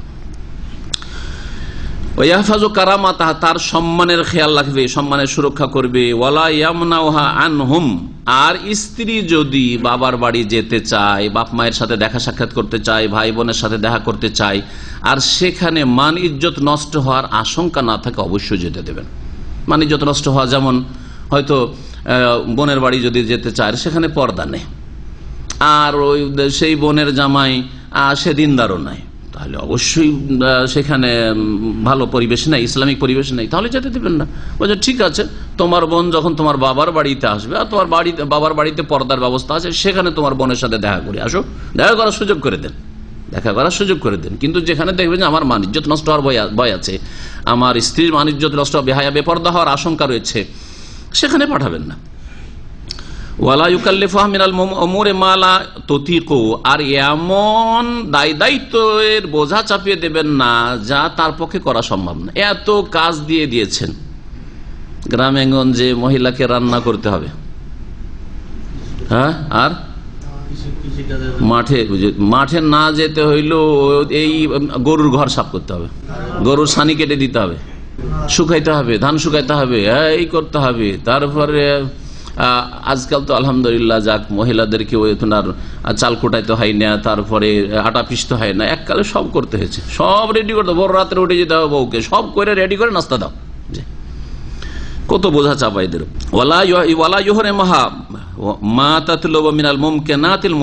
স্ত্রী যদি এমন কিছু আপনার কাছে তলব করে যেটা আপনি দিতে সক্ষম, পয়সা আছে দিতে পারবেন তো দেন, যদি একটা ভালো মোবাইল দাও আমাকে, অসুবিধা কি, দিতে পারবেন, আপনি নিজে ব্যবহার করছেন দিতে পারবেন না, অবশ্যই দিতে পারবেন। আমাকে একটা মালা দাও, দিতে পারবেন তো দেন। ওয়াইশরিকু ফিল মাসালিহিল মুশতারাকা, আর যেগুলি দুইজনের স্বার্থ, এই কাজগুলিতে, এই কাজগুলি করলে এতে আমারও ফায়দা আছে, আমার স্ত্রীর ফায়দা আছে, ওগুলোতে আপনি শরীক হবেন। দিন সম্পর্কে আপনার স্ত্রী যদি না জানে, মাসলা মাসাইল শিখাবেন, এটা ফরজ। ফরজ নামাজ আদায় করছে কিনা খোঁজ খবর রাখবেন ভালো করে, হারাম থেকে বাঁচছে কিনা আপনার স্ত্রী ভালো করে খোঁজ খবর রাখবেন, পর্দা আমার বাড়িতে করে কিন্তু শ্বশুর বাড়ি গেলে করে কিনা খোঁজ খবর রাখবেন, এগুলি আপনার ফরজ দায়িত্ব। যদি স্ত্রী কখনো রেগে যায়, গরম হয়ে গেছে, মাঝে মাঝে হয় যে স্ত্রীর মেজাজ গরম হয়ে গেছে, তাহলে কি করবেন আপনি? আরো বেশি গরম হয়ে যাবেন, গরম দিয়ে গরম দূর করবেন নাকি? না, বরং ধৈর্য ধারণ করবেন। এক পক্ষ যদি চুপ হয়ে যায় তাহলে অনেক তালাকের হার কমে যাবে। যখন তর্ক বিতর্ক শুরু হবে একজন চুপ হয়ে যেতে হবে, এটা হচ্ছে তারিকা। যদি দেখেন যে আমার স্ত্রী বেশি রেগে গেছে, আমি এখন ঠান্ডাতে আছি, তাহলে আপনি থেমে যান, চুপ হয়ে যান। ওখানে যদি থেমে শুনতে না পারেন, যে শুনলে আমি বেশি গরম হয়ে যাবো, তো একটু বেরিয়ে চলে যান, আর শুনবো না ওইসব কথা। আর স্বামী বেরিয়ে গেলে তো রিয়াকশন হয় না, কিন্তু স্ত্রী বেরিয়ে যদি চলে যায় তো বিপদ আছে, ঠিক না? গাল দিচ্ছে, ও যদি গাল শুনবে না বেরিয়ে চলে যায় তো মার খেতে হবে, জানতেই যাবে হয়তো যে শুনবি না তুই, তোকে এই সামনে গাল দিব তোকে, হ্যাঁ, আর মারবো। এই সব জুলুম চলে এক শ্রেণীর স্বামীদের পক্ষ। এক কথায় ধৈর্য ধারণ করতে হবে। ওয়ালা ইউহরিমু হাক্কান মাশরুআন লাহা, শরীয়ত সম্মত কোনো অধিকার যদি থাকে তা থেকে বঞ্চিত করবেন না। ওয়া হুরিয়াতা, তার স্বাধীনতার খেয়াল রাখবেন। স্ত্রীর স্বাধীনতা, নারী স্বাধীনতা সম্পর্কে আমার একটা বক্তব্য আছে। কতটুকু স্বাধীনতা আছে? হ্যাঁ, স্বাধীনতা আছে। যদি সে দিন শিখতে চায়, দিন শিখতে নিয়ে যাবেন। আপনার স্ত্রী আসতে চায়, চলেন আমি ইসলামিক সেন্টারে, বলছেন না আমার সময় নেই, তো যাই, তাহলে আমি আমার অমুক বোনের সাথে যাবো, না তুমি যেতে পারবে না। আরে কেমন কথা? না, যে অধিকার, তার স্বাধীনতা আছে ইসলাম শিখার, ইসলাম শিখা তার ফরজ। হ্যাঁ, তো যেই স্বাধীনতার আল্লাহ পাক দিয়েছেন স্ত্রীদের, ওই স্বাধীনতার ক্ষেত্রে তাকে বাধা দেওয়া চলবে না, কিন্তু শরীয়তের আওতাতে থেকে আর দিনের আওতাতে থেকে। এখন চাকরির ক্ষেত্রে তখন মাসলা মাসাইল আসবে, দেখতে হবে যদি শুধু মহিলাদের মধ্যেই চাকরি বাকরি হয় আর সেখানে কোন পুরুষের, যেমন সৌদি আরবে মহিলা মাদ্রাসাগুলিতে রয়েছে, আর চাকরি করতে চাই, সেই ক্ষেত্রে অনুমতি দেওয়া যেতে পারে। আবার যদি স্বামী মনে করে যে না আমি অনুমতি দেব না, তাও জায়েজ রয়েছে। এই বিষয়গুলিতে দ্বিমত রয়েছে। তবে এই রকম ক্ষেত্রে স্বাধীনতা দিলে যদি কোনো ক্ষয়ক্ষতির আশঙ্কা না থাকে দিতে পারেন। অধিকাংশ মহিলারা যারা চাকরি করে তাদের সম্পর্কে শুনেন, তাদের টাকা পয়সা ফরজ কাজে লাগে না, ফরজ আদায় করার ক্ষেত্রে লাগে না, শুধু কিসে লাগে? মেকআপে খরচ হয়ে যায়, ফ্যাশনে খরচ হয়ে যায়। অতিরিক্ত যে খরচগুলি রয়েছে কামালিয়াত আরবিতে বলা হচ্ছে, এইগুলিতে খরচ হয়ে যায়। মেকআপ, দামি দামি সেন্ট, আর দামি দামি কাপড় চুপড়। হ্যাঁ, কারণ টাকা তো মহিলার হাতে, যার ফলে এই টাকা কখনো দেখেছেন যে একটি মেয়ে চাকরি করে খুব কম, হাজারে একটা পাবেন না, আছে দুই একটা আছে, ওগুলোকে আজকাল খুব হাইলাইট করা হচ্ছে। একটি মেয়ে তার বাপ মাকে দেখছে, বৃদ্ধ বাপ মাকে, তার একটা বোনকে দেখছে, ইত্যাদি ইত্যাদি। হ্যাঁ, এটা যদি কয়েক হাজারে একটা হয়, তবু ইসলামের শত্রুরা এটাকে হাইলাইট করে দেখাচ্ছে। আর সমস্ত পুরুষ লোক প্রায় বাপ মার দেখাশোনা করছে, বোনদের দেখাশোনা করছে, প্রায়গুলি আমাদের দেশে, প্রায় ইল্লা মাশাআল্লাহ অল্প কিছু লোক যারা বেদিন আল্লাহকে ভয় করে, পরকাল সম্পর্কে চিন্তাশীল নয়, তারা হয়তো বোনকে অসহায় ছেড়ে দিয়েছে, ছোট ভাইকে অসহায় ছেড়ে দিয়েছে, বাপ মাকে অসহায় ছেড়ে দিয়েছে।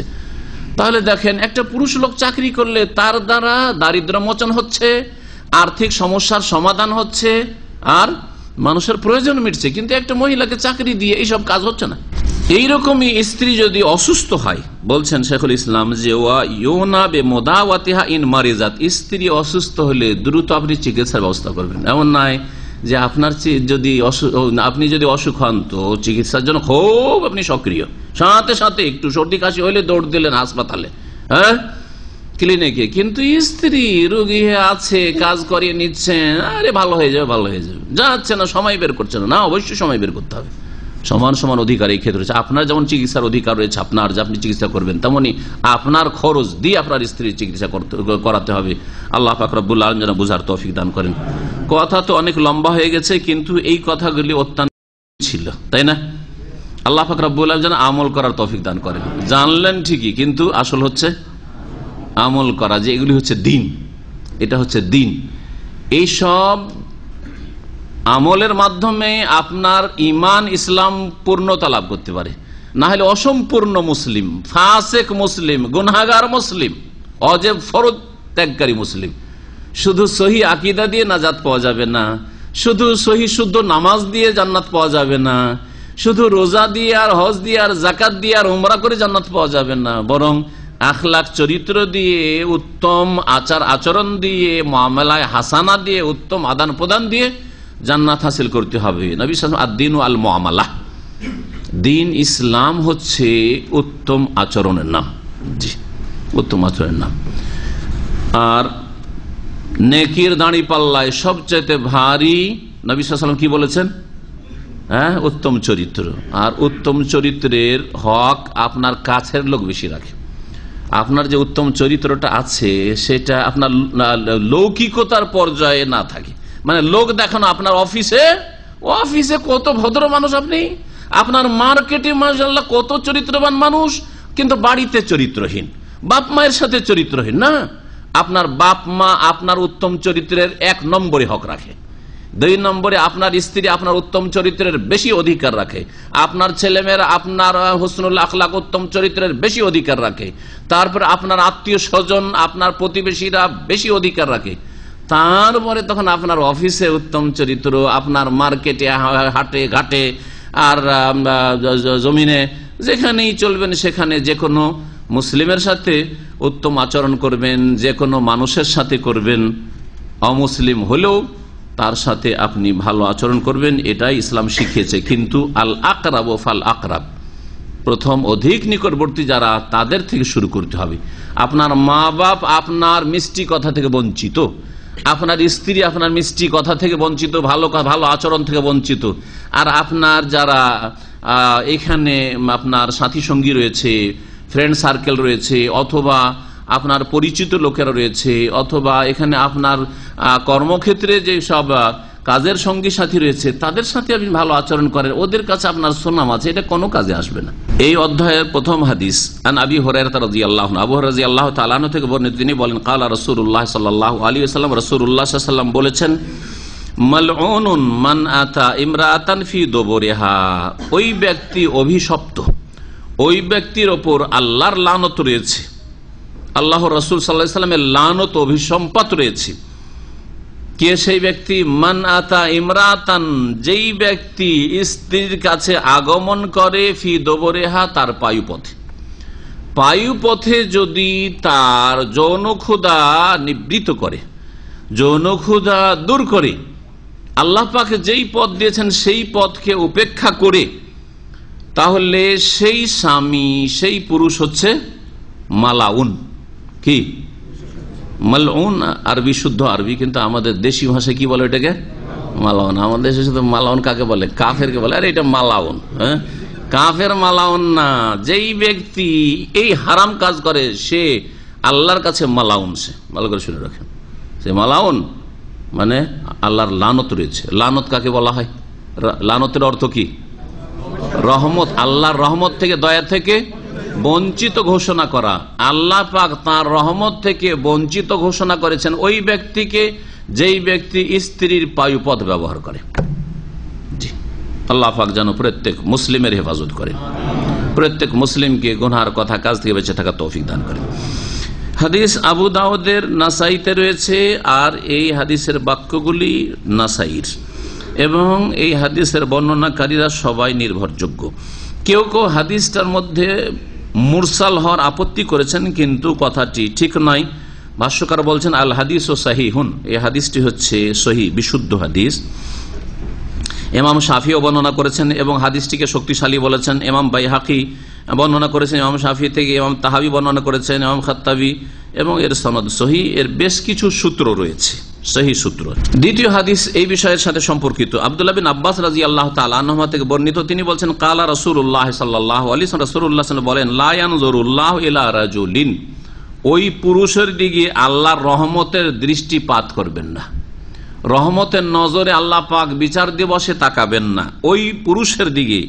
আতা রাজুলান, যেই পুরুষ অন্য কোন পুরুষের সাথে সমকামিতায় লিপ্ত হলো, যেই পুরুষ অন্য কোন পুরুষের পায়ুপথে আগমন করলো, আও ইমরাআতান, অথবা স্ত্রীর পায়ুপথে আগমন করলো, যৌন ক্ষুধা দূর করলো, আও আতা ইমরাআতান ফি দুবুরিহা, কোন স্ত্রীর, নিজের স্ত্রীর অথবা অন্য কোন পুরুষের যদি পায়ুপথে নিজের যৌন ক্ষুধা দূর করে, তার উপর কিয়ামতের দিন আল্লাহ পাক রহমতের নজর দেবেন না। তার মানে আল্লাহ পাকের কি হইতে থাকবে, তার উপর গজব হইতে থাকবে, ক্রোধ হইতে থাকবে। রহমতের বিপরীত হচ্ছে গজব। রহমত মানে দয়া, আর গজব মানে হচ্ছে ক্রোধ। গজব হইতে থাকবে, লানত, অভিশাপ হইতে থাকবে। তাহলে আখিরাতে রেহাই পাবে না, কোথায় যাবে তাহলে? আল্লাহর রহমত হবে না, তো জান্নাতে যেতে পারবে? কারণ জান্নাত মানুষ নিজের আমল দিয়েও যাবে না। নবী সাল্লাল্লাহু আলাইহি ওয়াসাল্লাম হাদিসে বলেছেন আমলটা রহমত পাওয়ার উপায়, কিন্তু কি দিয়ে জান্নাতে যাবে? লাইন ইয়াদখুলা আহাদুম মিনকুম আল জান্নাহ ইল্লা বিরহমাতিহি, তোমাদের কোন ব্যক্তি জান্নাতে যেতে পারবে না আল্লাহর রহমত ছাড়া। নবী করিম সাল্লাল্লাহু আলাইহি ওয়াসাল্লাম হাদিস, আল্লাহর রহমত ছাড়া। সাহাবারা জিজ্ঞাসা করে ওয়ালা আনতা ইয়া রাসূলুল্লাহ, আপনি আল্লাহ রাসূল, আপনার আমল দিয়ে, আপনার দাওয়াত দিয়ে, আপনার ইসলামের এই খেদমত দিয়ে, তারপরে আপনি আপনার আমল দিয়ে জান্নাত যেতে পারবেন না? নবী সাল্লাল্লাহু আলাইহি ওয়াসাল্লাম বললেন ওয়ালা আনা, আমিও পর্যন্ত। ইল্লা ইয়াতাগাম্মাদানি আল্লাহু বিরহমাতিন মিনহু ওয়া ফাদলিন, তবে আল্লাহ যদি তার রহমতে এবং তার অনুগ্রহে আমাকে তিনি ঢেকে নেন, তাহলে আমি জান্নাতে যেতে পারবো। এই হচ্ছে দিন, আল্লাহ পাকের রহমত ছাড়া জান্নাতে যাওয়া যায় না। এটা তো আখিরাতের বিষয়। দুনিয়ায় সমকামী পুরুষের শাস্তি, সমকামিতায় লিপ্ত পুরুষের শাস্তি। নবী করিম সাল্লাল্লাহু আলাইহি ওয়াসাল্লাম বলেছেন, যদি তোমরা এমন কোন ব্যক্তিকে পাও যারা কি করে, সমকামিতায় লিপ্ত হয়, ইযা রাআইতুম মাইয়ামালু আমালা কওমে লূত, যদি তোমরা দেখতে পাও এমন কোন ব্যক্তিকে, ধরা পড়ে তোমার এমন কোন ব্যক্তি, যেই ব্যক্তি লূত আলাইহিস সালামের জাতির জঘন্য নিকৃষ্ট পাপে লিপ্ত, সমকামিতায় লিপ্ত, তো নবী সাল্লাল্লাহু আলাইহি ওয়াসাল্লাম কি বলছেন? ফাকতুলুল ফাইলা ওয়াল মাফুলা বিহি, যে এই কাজ করে আর যার সাথে করা হয় দুইজনকেই হত্যা করো। দুইজনকে কি করো? হত্যা করো। ফাকতুলু, নবী সাল্লাল্লাহু আলাইহি ওয়াসাল্লাম বলছেন হত্যা করো। ব্যভিচারের ক্ষেত্রে পুরুষ নারীকে দুই ভাগ করা হয়েছে, তাই না? বিবাহিতা হলে হত্যা করতে হবে, সংসার করতে, পাথর মেরে হত্যা করতে হবে। কিন্তু অবিবাহিত বা অবিবাহিতা যদি হয় তাহলে ফাজলিদুহুম, ফাজলিদু কুল্লা ওয়াহিদিন মিনহুম মিআতা জাল্লা, 100টি বেত্রাঘাত করতে হবে, সূরা নূরে আল্লাহ বলেছেন। কিন্তু সমকামিতার ক্ষেত্রে বিবাহিত না অবিবাহিত কোনো পার্থক্য করা হয়নি, বুঝা গেছে না? কোনো পার্থক্য করা হয়নি। তাহলে কত বড় অপরাধ! জেনা, ব্যভিচারের চাইতে বড় অপরাধ হচ্ছে সমকামিতা, ভালো করে মনে রাখবেন। জি, এটা করবে কে? তাহলে সরকার, শাসক করবে। এটা পাবলিকের কাজ না, হাজি গাজির কাজ না, মুফতি সাহেবের কাজ না, এটা আলেমের কাজ না, হুজুরের কাজ না। এটা কার কাজ? ইমামে আজম, মানে দেশের যে শাসক, দেশের শাসক, রাষ্ট্রপতির কাজ, প্রধানমন্ত্রীর কাজ, যাকে আল্লাহ পাক নেতৃত্ব দিয়েছেন, অথবা যে দেশে রাজা রয়েছে, রাজা বাদশার কাজ, তার কাজ, মুসলিম শাসকের কাজ, এক কথায়। তাদের উপরে এই বিধানের বাস্তবায়ন করা ফরজ। সমকামিতায় কেউ লিপ্ত হলে দুইজনকে হত্যা করতে হবে, কারণ দুইজনের একজন থেকে যায়, তাহলে কি হবে? একমাত্র একটি ক্ষেত্রে যদি কারোর উপর জবরদস্তি করা হয়, সেটা আলাদা কথা, ব্যতিক্রম। যার উপর জবরদস্তি করা হয় সুতরাং সে নির্দোষী। কিন্তু জবরদস্তি নয়, দুইজনের সম্মতিতে যদি সমকামিতা হয়, তাহলে দুইজনকে কেন হত্যা করতে হবে? রেখে দিলে এই রোগটি হচ্ছে কেমন, ভাইরাসের মতো সংক্রামক রোগ। এরাকে দেখলেই কথা মনে পড়ে যাবে। আর যাদের ইমান দুর্বল, চরিত্র দুর্বল, তারা এই কাজে লেগে যাবে। কারণ বিবাহ করলে দায়িত্ব নিতে হবে, বিবাহ করলে আবার ছেলে মেয়ে হয়ে যাবে, তারপর স্ত্রী আবার বেঁধে দিবে, হাত পা বেঁধে দিবে, তুমি বাইরে যেতে পারবে না, এখানে যেতে পারবে না, সেখানে যেতে পারবে না, খোঁজ খবর নেবে, আর এতেই কাজ চলছে না।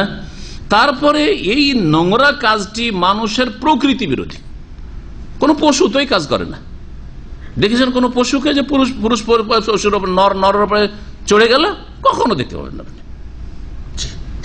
পশু এই কাজ করে না, যেই কাজটি এই আদম সন্তানের নিকৃষ্টরা করে। যার ফলে আর আল্লাহ রাব্বুল আলামিনের এত গজব রয়েছে এই পাপের ওপর যে লূত আলাইহিস সালামের দেশকে আল্লাহ পাক পাথর বর্ষে শুধু ছেড়ে দেননি, যে পাথর সব বর্ষাই দিলাম তো ধ্বংস তো হয়েই গেল, তো থাক। জমিনকে রাখেনি আল্লাহ পাক। কি করেছিলেন? জিবরাইল আলাইহিস সালামকে দিয়ে আল্লাহ পাক উল্টে দিয়েছিলেন, যে এই নাপাক জমিনকে রাখাই যাবে না, একবারে পাতালে নামিয়ে উল্টে পাল্টে রেখে দিলেন। ফাজাআলনা আলিয়াহা সাফিলা, আল্লাহ বলছেন যে ওপর ভাগকে একবার নিচের দিকে করে দিলাম, উল্টে রেখে দিল আল্লাহ পাক ফেরেশতাকে দিয়ে, আর তাদের ওপর পাথরও বর্ষণ করেছেন। আর তারপরেও যে উল্টে দিয়ে জমিন থাকবে, তারপর কেউ ওই জায়গায় বসবাস করা শুরু করবে, তাও আল্লাহ রাখেননি, ওটাকে সাগর বানিয়ে দিয়েছেন। ওই সাগরের নাম জানেন? কোন সাগর? মৃত সাগর, আল বাহরুল মাইয়িত। আরবিতে বলা, ওটা কি বলা হয়? আল বাহরুল মাইয়িত, মৃত সাগর, ডেড সি। এই ছিল হাদিস। দ্বিতীয় হাদিসটি তিরমিজিতে আছে, নাসাইতে আছে, ইবনে হিব্বানে আছে, এবং হাদিসটিকে কেউ কেউ মওকুফ বলেছেন, মানে আব্দুল্লাহ বিন আব্বাসের উক্তি বলেছেন, কিন্তু হাদিসটি হাসান সনদের দিক থেকে। এবং বলছেন ভাষ্যকার যে যা মিন তুরুকিন কাসীর আন জামাতি মিনাস সাহাবা, এই হাদিসটি শুধু আব্দুল্লাহ বিন আব্বাস থেকে না, অনেকগুলি সূত্র থেকে বেশ কিছু সাহাবায়ে কেরাম, একদল সাহাবায়ে কেরাম থেকে বর্ণিত হয়েছে, যাদের একজন ওমর আমিরুল মুমিনিন, আলী, আব্দুল্লাহ বিন মাসউদ, জাবের, আব্দুল্লাহ বিন আব্বাস, আব্দুল্লাহ বিন ওমর, বারা বিন আযিব, আনাস, আবু যার, উকবা বিন আমির, আলী বিন তালাক বিন আলী। কতটি হলো? 12টা হয়ে গেল মনে হয়, না ভুল করলাম? এতগুলি সাহাবায়ে কেরাম এই সমকামিতার ক্ষেত্রে যে হাদিস, যে মালাউন, যে সমকামিতায় লিপ্ত হয় বা স্ত্রীর পাইপথ ব্যবহার যারা করে, তাদের আল্লাহ পাকের লানত, অভিশাপ রয়েছে, এই হাদিস বর্ণনা করেছেন। আর এতগুলি সূত্রের মধ্যে কিছু কিছু হাদিসের দুর্বলতা থাকলে ভাষ্যকার বলছেন যে হাযিহি তুরুক কুল্লুহা ফিহা কালাম, এই যে সূত্রগুলি রয়েছে এগুলিতে কিছু কিছু আপত্তি তোলা হইলেও ওয়ালাকিন মা কাসরাতি তুরুক, অনেকগুলি সূত্র থাকার কারণে, ওয়াখতিলাফির রাওয়াত, আর একজন বর্ণনাকারী না, বহু বর্ণনাকারী হওয়ার কারণে, ইয়াশুদ্দ বাযু তুরুকিহা বাযান, একটি সূত্র আর একটি সূত্রকে শক্তিশালী করে, ফাহুয়া হাসানুন আও সাহিহুন, সুতরাং এই হাদিসটি সর্বনিম্ন হাসান, আমলযোগ্য, অথবা সহিহ। ওয়াকাদ ইহতাজ্জা বিহি ইবনু হাজম, ইমাম ইবনে হাজম রহমতুল্লাহ আলাইহি এই হাদিসকে দলিল হিসাবে পেশ করেছেন। যাই হোক, এই বিষয়টি যে হারাম আর এই বিষয়টি যে নিকৃষ্ট কাজ, এই পাপটি আর নোংরা কাজ, সবচেয়ে নোংরা কাজ, এটা সর্বজন বিদিত, স্বীকৃত কোরআন এবং হাদিসে।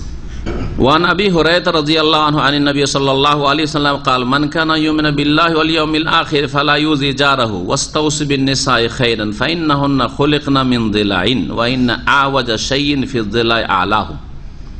এই হাদিসের আলোচনা শুরু করার আগে একটি গুরুত্বপূর্ণ কথা বলিনি আগের হাদিস দুটি সম্পর্কে। আগের দুটি হাদিসের অধ্যায়ের সাথে কি সম্পর্ক? অধ্যায় কি, আলোচনা কি ছিল? স্ত্রীর সাথে সদ্ব্যবহার।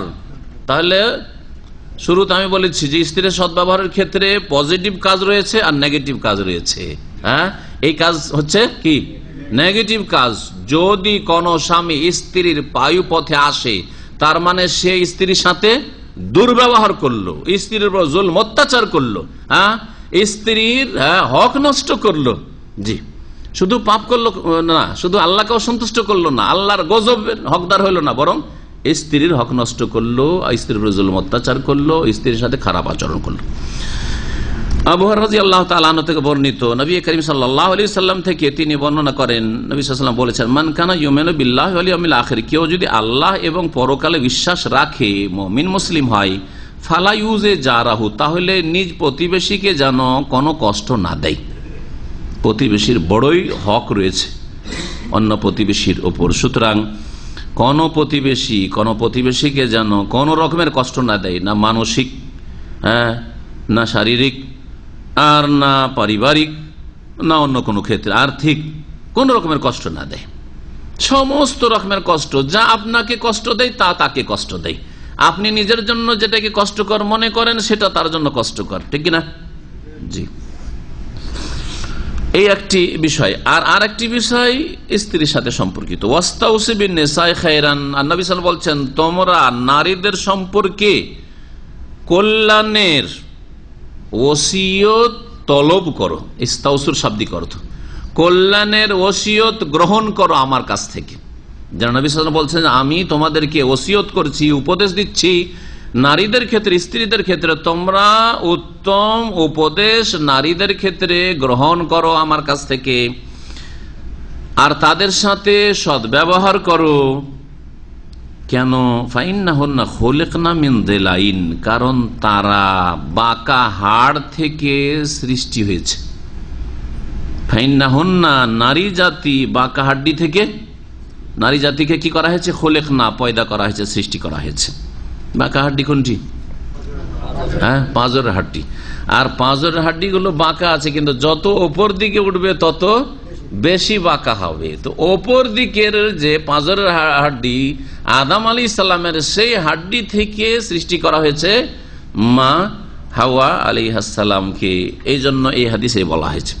এই কথাই ভাষ্যকারগণ এই হাদিসের ব্যাখ্যা বলেছেন, ওয়াইন্না আওয়াজা শাইইন ফি যিলাই আলাহু, আর পাঁজরের হাড্ডিগুলির মধ্যে সবচাইতে বেশি বাঁকা ওপর ভাগের হাড্ডি, আলাহু, ওপরের হাড্ডিটি। ফাইন যাহাবতা তুকিমাহু, এখন বাঁকা হাড্ডি যদি থাকে আর সেটাকে যদি ধরে বলেন সোজা করবো, তো কি হবে? ভেঙে যাবে। ভাঙবে না? বাঁকা জিনিস ভেঙে যাবে। ফাইন যাহাবতা তুকিমাহু, সেটাকে যদি সোজা করতে চাও, যে বাঁকা হাড্ডিকে মানে স্ত্রীকে আমি সোজা করে ছাড়বো, আরে স্ত্রী জাতি সোজা হয় না। যারা বিবাহ করেন তারা অনেকে এরকম কল্পনা জল্পনা করে, বন্ধু বিয়ে করেছে তারপরে স্ত্রীকে নিয়ে একটু অশান্তিতে আছে, আপনি ঠিক করতে পারেন না, আপনি কাপুরুষ, আমাকে দেখেন রাতারাতি ঠিক করে দেবো একবারে, রাতারাতি ঠিক করে দেবো। এসব কল্পনা জল্পনা অনেকে করে। শোনেন, ঠিক করতে গেলে কি হবে? ওই রকম গায়ের জোরে ঠিক করলে কি হবে? গায়ের জোরে ঠিক করেন না, আপনি উত্তম আচরণের জোরে ঠিক করার চেষ্টা করবেন, গায়ের জোরে নয়। চাপ সৃষ্টি করে, একবারে বাই ফোর্স না, এরকম। যদি তাকে সোজা করতে যাও ওই বাঁকা হাড্ডিকে, কাসার তাহলে তাকে কি করবে? ভেঙে দেবে তুমি। ওয়াইন তারাকতাহু লাম ইয়াজাল আওয়াজ, আর যদি বলো যে সোজাও করতে যখন পারবো না তো ছেড়েই দেবো, কিছুই করবো না, কিছু বলবো না, তাহলে কি হয়ে যাবে? সব সময় বাঁকা হয়ে থেকেই যাবে। তো একবারে সবসময় বাঁকা রাখলেও সমস্যা, ওর সাথে চলা। আর যদি জবরদস্তি সোজা করতে যাও তাহলে ভেঙে যাবে, আর ভেঙে যাওয়া হচ্ছে তালাক হয়ে যাওয়া। হয় তালাক দিয়ে বিদায় করতে হবে, স্ত্রী হারা হইতে হবে, আর না হইলে যদি বলো যে আমি কিছু বলবো না, ভাই যা পারবে তাই করুক গা, ওর মতো চলুক, আমি আমার মতো চলছি, আদা খাবে স্বাদ পাবে, তাহলে দাইয়ুস হয়ে জাহান্নামে যাবেন, দাইয়ুস হয়ে জাহান্নামে যাবেন। তাহলে দুটোই সমস্যা। তো ইসলাম কোনটা? ইসলাম এই দুটোর মাঝখানে, ইসলাম দুটোর মাঝখানে যথাসাধ্য চেষ্টা করেন সোজা করার চেষ্টা করেন, কিন্তু সোজা করার জন্য শরীয়ত সম্মত যে পদ্ধতি রয়েছে সেটা জেনে নিয়ে সেই চিকিৎসাগুলি আপনি প্রয়োগ করেন, সেই এলাজগুলি করুন আপনি। ফাস্তাউসিবিন নিসাই খায়রান, সুতরাং নারী জাতিদের সম্পর্কে কল্যাণের ওসিয়ত উপদেশ তোমরা গ্রহণ করো। মুত্তাফাকুন আলাইহি, হাদিস বুখারী মুসলিমের, ওয়াল্লাফযুল বুখারী, এই বাক্যগুলি সহিহ বুখারীর। এই জন্য বলা হয়েছে বাক্যগুলি সহিহ বুখারী, সহিহ মুসলিমে হাদিসটা আছে, বিষয়বস্তু এক, কিন্তু শব্দের বা বাক্যের কিছু পার্থক্য রয়েছে। ওয়ালে মুসলিমিন, সহিহ মুসলিমে আরো অতিরিক্ত রয়েছে, ফাইন ইসতামতাতা বিহি ইসতামতাতা বিহা এওয়াজ, যদি তুমি স্ত্রী সম্ভোগ করতে থাকো, স্ত্রীর দ্বারা তুমি লাভবান হইতে থাকো, যে আমার স্ত্রীর প্রয়োজন রয়েছে, আমি শারীরিক চাহিদা পূরণ করছি, আমার পারিবারিক চাহিদা পূরণ করছি, আমার ছেলে মেয়ে প্রয়োজন, তার চাহিদা পূরণ হচ্ছে, ছেলে মেয়ে হচ্ছে, আমার বাড়ি সংসারের কাজকর্ম হচ্ছে, আমি বাড়িতে গেলে খাবার দাবার প্রস্তুত হয়ে থাকছে, প্রয়োজন এগুলি ইত্যাদি বিভিন্ন রকমের প্রয়োজন রয়েছে স্ত্রীর। তো যদি তুমি স্ত্রী থেকে লাভবান হইতে থাকো, ইসতামতাতা বিহা এওয়াজ, তার মধ্যে বাঁকাপোনা থাকবে, ওই অবস্থায় তোমাকে কি করতে হবে? লাভবান হইতে হবে, তাতে থেকে উপকৃত হইতে হবে, তাতে থেকে তোমার স্বার্থ হাসিল করতে হবে, তোমার গরজ পুরা করতে হবে। ওয়াইন যাহাবতা তুকিমুহা, আর যদি সেটাকে পুরো সোজা করতে যাও, যে পুরোপুরি সোজা করে দেবো, কাসার তাহা, তাহলে সেটাকে ভেঙে ফেলবে। ওয়াকাসরুহা তালাকুহা, আর এই বাঁকা হাড্ডিটিকে ভেঙে ফেলা হচ্ছে স্ত্রীকে তালাক দিয়ে দেওয়া, তালাক স্ত্রীর হয়ে যাওয়া, স্ত্রী থেকে বিচ্ছিন্ন হয়ে যাওয়া। সুতরাং সেটাকে পুরোপুরি সোজা করারও তুমি স্বপ্ন দেখিও না, কখনো সোজা করতে পারবে না। আর আপন অবস্থায় ছেড়ে দিও না, যথাসাধ্য যেমন বললাম উত্তম আচার আচরণ, কথা চলা ফিরা, এবং যাতে তাকে খুশি করা সম্ভব হয়, তাকে আকৃষ্ট করা সম্ভব হয়, তার মন জয় করা সম্ভব হয় ইত্যাদি, তাকে অনুগত করা সম্ভব হয়, এসবের মাধ্যমে সোজা করার চেষ্টা করতে হবে। এ হচ্ছে রাসূলুল্লাহ সাল্লাল্লাহু আলাইহি সাল্লামের হাদিস। এই হাদিসে প্রথম যে বিষয়টি উল্লেখ করা হয় সেটা হচ্ছে প্রতিবেশীর হক। প্রতিবেশী কত রকমের? 3 রকম। কে বললো? মাশাআল্লাহ, 3 রকম। যেমন মুসলিম আত্মীয় প্রতিবেশী, মুসলিম ব্যক্তি আর আপনার বংশের আত্মীয়তা আছে, তার সাথে রক্তের সম্পর্ক আছে, আর তার সাথে সাথে পাশে বাড়ি। তাহলে এর অধিকার কতটুকু আপনার ওপর? 3 গুণ, ট্রিপল অধিকার। 3টা হক, আত্মীয়তার অধিকার, ইসলামের অধিকার, মুসলিম ভাই এই হিসাবে আপনার ওপর কিছু তার প্রাপ্য রয়েছে, অধিকার রয়েছে, আর প্রতিবেশী হিসাবে তার অধিকার রয়েছে। 2 নম্বর প্রতিবেশী হচ্ছে আত্মীয় নয় হয়তো, কিন্তু মুসলিম প্রতিবেশী, আত্মীয় নয় মুসলিম প্রতিবেশী। তাহলে 2 গুণ অধিকার। ইসলামের হক রয়েছে, যে মুসলিম হিসাবে তার একটা স্পেশাল অধিকার রয়েছে, আর একটা অধিকার কি রয়েছে আপনার ওপর প্রাপ্য, সেটা হচ্ছে প্রতিবেশী হিসেবে হক রয়েছে। 3য় প্রতিবেশী হচ্ছে অমুসলিম। অমুসলিম কিন্তু প্রতিবেশী, তার মধ্যে একটা গুণ আছে, সে অমুসলিম আর আপনার আত্মীয় না, আত্মীয় না, আর সে কি অমুসলিম, অমুসলিম সে, আর সে আত্মীয় না, কিন্তু একটা গুণ তার মধ্যে রয়েছে, সেটা হচ্ছে তোমার প্রতিবেশী, আশেপাশেই বাড়ি, মহল্লাতেই বাড়ি। প্রতিবেশী মানে শুধু পাশের বাড়িটা নয়, আপনার মহল্লায় বাড়ি, যেখানে যেই রকম যোগাযোগ থাকে, একটা মহল্লার, একটা পাড়ার, একটা গ্রামের লোকের সাথে যোগাযোগ আছে। যদিও একটা হাদিসে এরকম উল্লেখ করা হয় 40 বাড়ি পর্যন্ত, কিন্তু হয়তো অনেক সময় 40 বাড়ি মানে অনেক দূর চলে যাচ্ছে, তো তার কমও হইতে পারে। প্রতিবেশী, এই প্রতিবেশী অমুসলিম হইলেও তার অধিকার রয়েছে। কতটুকু অধিকার রয়েছে? 1 গুণ। অমুসলিমও যদি হয়, ইহুদি, খ্রিস্টান, হিন্দু যদি আপনার পাশে বাস করে, সে আপনার কাছ থেকে ভালো আচরণ, ভালো ব্যবহার পাবে, তার আপনি ক্ষতি করবেন না, তার উপকার করবেন, অপকার করবেন না, তাদের বিবিদের দিকে খারাপ নজর দেবেন না। হারাম তো সবসময় হারাম, হারাম ছাড়াও ভালো আপনি আচরণ করবেন, বৈধ। কিন্তু এর মাধ্যমে আমার প্রতিবেশীকে একটু সুখী করা যাবে। অসুস্থ হয়েছে, খোঁজ নেবেন। অমুসলিম হইলে কি হলো, অসুস্থ, প্রতিবেশী অসুস্থ হয়েছে, খোঁজ নেবেন। প্রতিবেশীর বাড়ি কেউ মারা গেছে, খোঁজ খবর নেবেন এবং সমবেদনা জ্ঞাপন করবেন, এবং তাকে সান্ত্বনা দেবেন ইত্যাদি, তাজিয়ত করবেন, জায়েজ রয়েছে। দোয়া দিবেন না, জান্নাতের দোয়া দিবেন না। বিদাতি মোল্লাদের মতো কোরআন খানি করতে চলে যাবেন না। মন্ত্রী মারা গেছে, হিন্দু মন্ত্রী, আর বিদাতি মোল্লার সবাই কোরআন খানি করছে। ইন্দিরা গান্ধী যখন মারা গেল, তখন কবর বাজারের মোল্লারা সবাই কোরআন খানি করেছে ভারতে। জি হ্যাঁ, যারা ওই যুগে ছিলেন হয়তো অনেকে জানেন, যারা পত্র পত্রিকা পড়তে না জানেন তো এই জানাইলাম। তো এইরকম বিদাতি মোল্লারা, তাদের ধর্মকর্ম হচ্ছে দুনিয়ার ধর্মকর্ম, তাদের কোরআন হাদিসের ধর্মের সাথে কোনো সম্পর্ক। কাফের জন্য দোয়া করা যাবে না, জি, কিন্তু কাফের সাথে সদ্ব্যবহার করা যাবে। সদ্ব্যবহার আল্লাহ। এখানে স্ত্রীর হকের সাথে প্রতিবেশীর হক দুটোকে একসাথে মিলিয়ে বলা হয়েছে। এটা থেকে বোঝা যায় যে যেমন স্ত্রীর অধিকার রয়েছে, তেমনি প্রতিবেশীর একটা বড় অধিকার রয়েছে। এবং এটাকে উল্লেখ করতে গিয়ে বলা হয়েছে, আল্লাহর প্রতি যদি ঈমান থাকে আর পরকালে ঈমান থাকে, তাহলে তোমার চিন্তা আছে যে আল্লাহর কাছে জবাব দিতে হবে, পরকালে যেতে হবে, আল্লাহ পাক ধরবেন, আল্লাহ পাক জানছেন। সুতরাং স্ত্রীর সাথে খারাপ আচরণ করি তো আল্লাহ ধরে নেবেন। স্ত্রী কিছু করতে পারে না, বেচারা মজবুর, নিরুপায়, ওর বাবার বাড়ি তার ফিরে যেতে পারছে না, আর সেই জন্য আপনার বাড়িতে অসহায় আছে। তো আপনি মনে করেন আপনাকে ধরার কেউ নেই? অবশ্য ধরার রব্বুল আলামিন আছেন।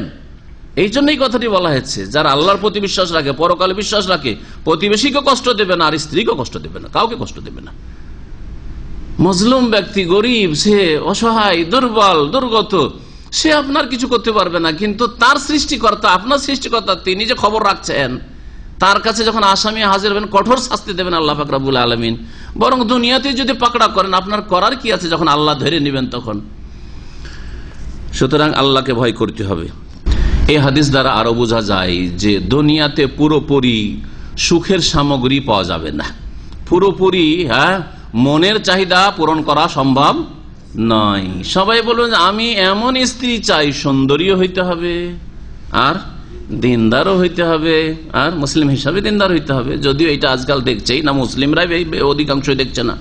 জি হ্যাঁ, আর পয়সাও থাকতে হবে, প্রভাবশালী বংশের হইতে হবে, যাতে করে ভালোবাসা বিনিময় করতে পারে বেশি, এইগুলোও হইতে হবে। আর কি হইতে হবে? শিক্ষিতাও হইতে। আজকাল তো শিক্ষা দেখে, আরে মদিনা ফারিক হয়েও BA-MA পাস ছাড়া বিয়ে করতে চাই না। তালাক হোক আর যাই হোক, আর ওর কোথাও ভাবসা থাক, সহশিক্ষায় পড়েছে, তারপরে বলছেন না কমপক্ষে তো বিয়ে পাস করা হইতে হবে। যদি এইরকম আমলের আলেম সমাজ হয়তো তাদের কাজে কি হবে? তারপরে আপনার বাড়িতে সে স্ত্রী যেন অ্যাক্টিভ হয়, ঝাঁপ দিতে বললে ঝাঁপ দিতে পারে, উঠতে বললে উঠতে পারে, বসতে বললে বসতে পারে, আর সব কথাই যাতে শোনে, কখনো আমার সামনে কোনো ইতরাজ না করে, আর কোনো কথা যেন জবাব না দেয়। চাহিদার শেষ আছে, চাহিদার শেষ নেই। সবগুলি চাহিদা দুনিয়াতে পূরণ হবে, সবগুলি চাহিদা একমাত্র জান্নাতে পূরণ হবে, দুনিয়ার কোথাও পূরণ হবে না। কোন রাজা ধীরাজারও পূরণ হয়নি, আর হবেও না। বোঝা গেছে না? দুনিয়া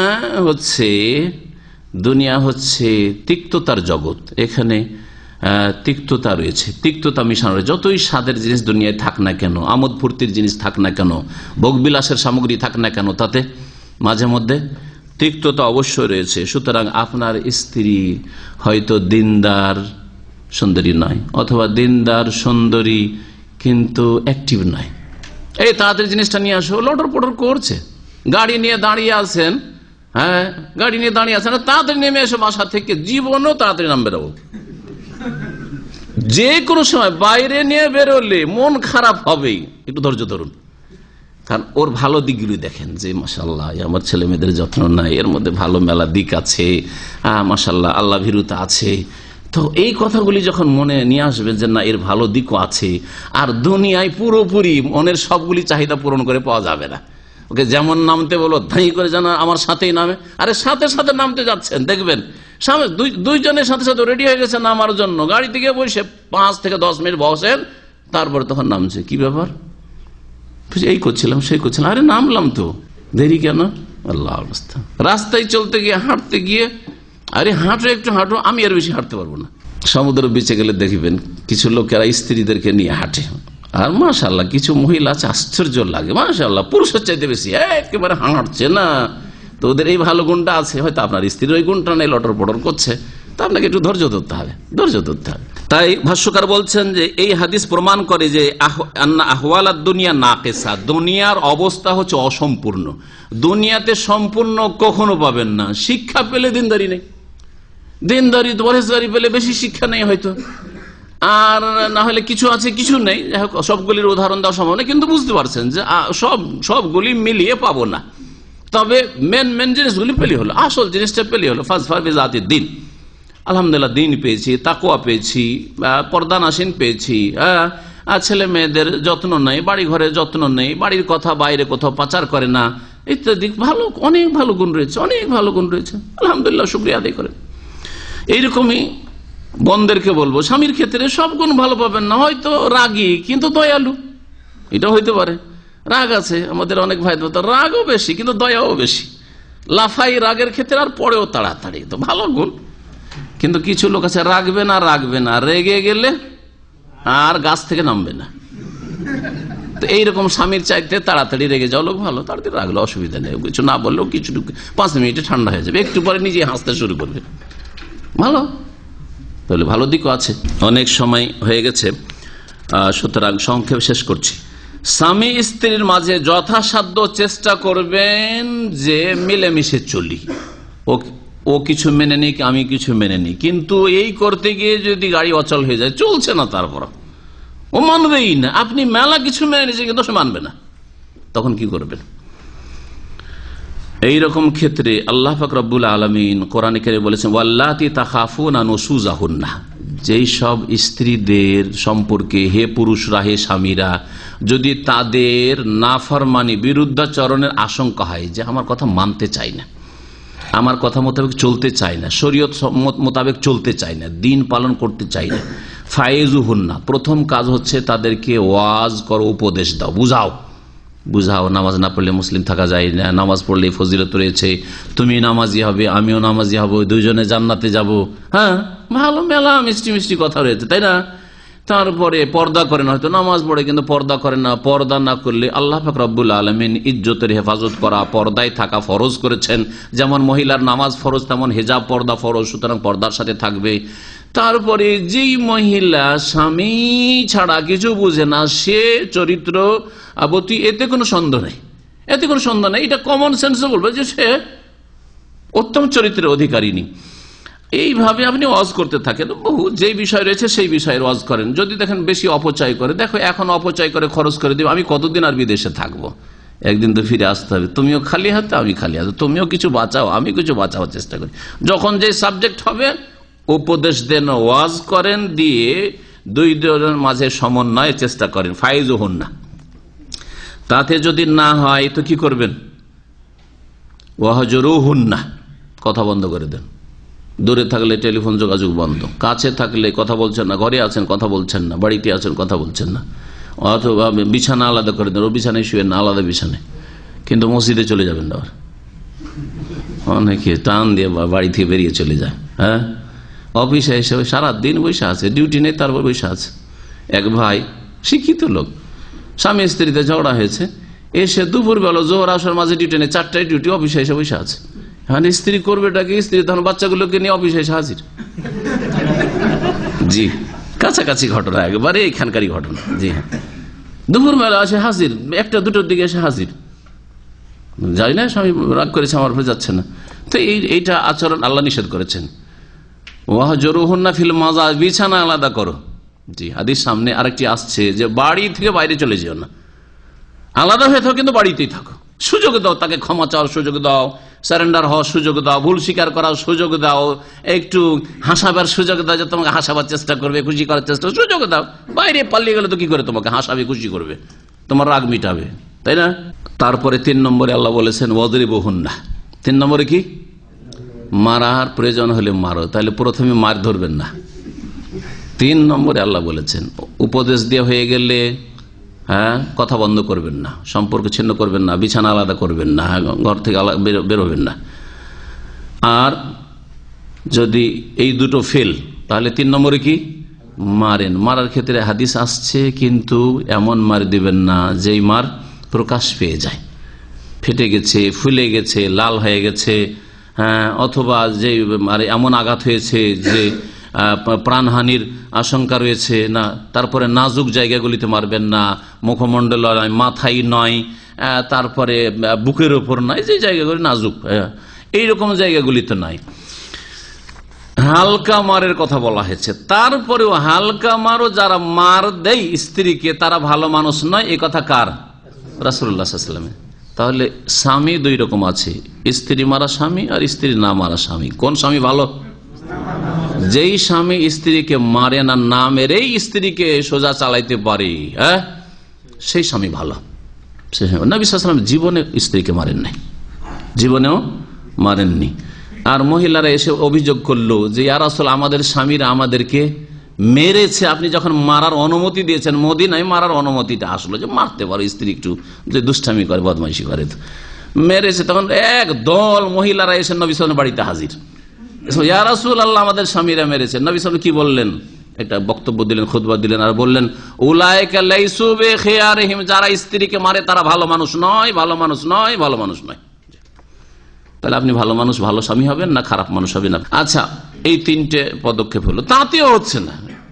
একবার মেরেও দেখলেন, তারপরও দেখছেন যে বদমাইশি শেষ নেই, ফরজ আদায় করে না, হারাম থেকে বাঁচে না, বেহায়া বেপরদা চলাফেরা করে, অবাধ্য চলাফেরা করে, আপনার মাকে গাল দেয়, আপনার বাপকে গাল দেয়, বেয়াদবি করে, এরকম যদি হয় তো ছেড়ে দেবেন?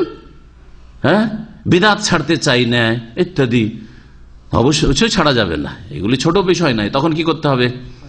তালাক। তার আগে আর একটা কাজ আছে, ওইটা আজকে বলবো। সেই জন্য আমি এই জন্য জিজ্ঞেস করছিলাম যে কি বলেন। তালাকের আগে আর একটা কাজ আছে। ভাষ্যকার বলছেন ওয়া আম্মা ইযা দাব্বাল খিলাফ ওয়া শিকাক বাইনাহুম, স্বামী স্ত্রীতে যখন বিরোধ সৃষ্টি হবে আর মতানৈক্য সৃষ্টি হবে, আর কোন রকমের সমঝোতায় আসলো না, আগের যে পদক্ষেপগুলি 3টি বললাম তার মধ্যেও সংশোধন হইল না, তাতেও তখন কি করতে হবে? ফাসাবিলুহা আল ইসলাহ, এখন কিসের মীমাংসার চেষ্টা করবেন। সালিস, যেটা আমাদের দেশে কি বলে, বিচারকে, গ্রাম্য বিচারগুলিকে কি বলে? সালিস কেন বলা হয়? তৃতীয় পক্ষ। সালাসা, সালাসা মানে তিন, আর সালিস মানে তৃতীয় পক্ষ। আসামি বাদী দুই পক্ষ লড়াই করছে, আর মাঝখানে একদল আসছে মিলাবার জন্য বা মিটিয়ে দেওয়ার জন্য, এদেরকে এই জন্য এইরকম আমাদের দেশের সামাজিক বিচারগুলিকে বিচার সালিস, আমাদের অঞ্চলে দুটোই বিচার সালিস এরকম করে বলে। যদি এইরকম হয় তো সালিস করতে হবে, কিন্তু সালিস আবার গোটা গ্রামকে নিয়ে নয়, এটা ভালো জিনিস নয়। স্বামী স্ত্রীর ক্ষেত্রে গোটা গ্রামকে নিয়ে বিচার বসাবেন না, যে আমাদের দুজনে ঝগড়া হয়েছে আর মিলছে না, সেটা গোটা গ্রামের সালিস বসেছেন না, এরকম নয়।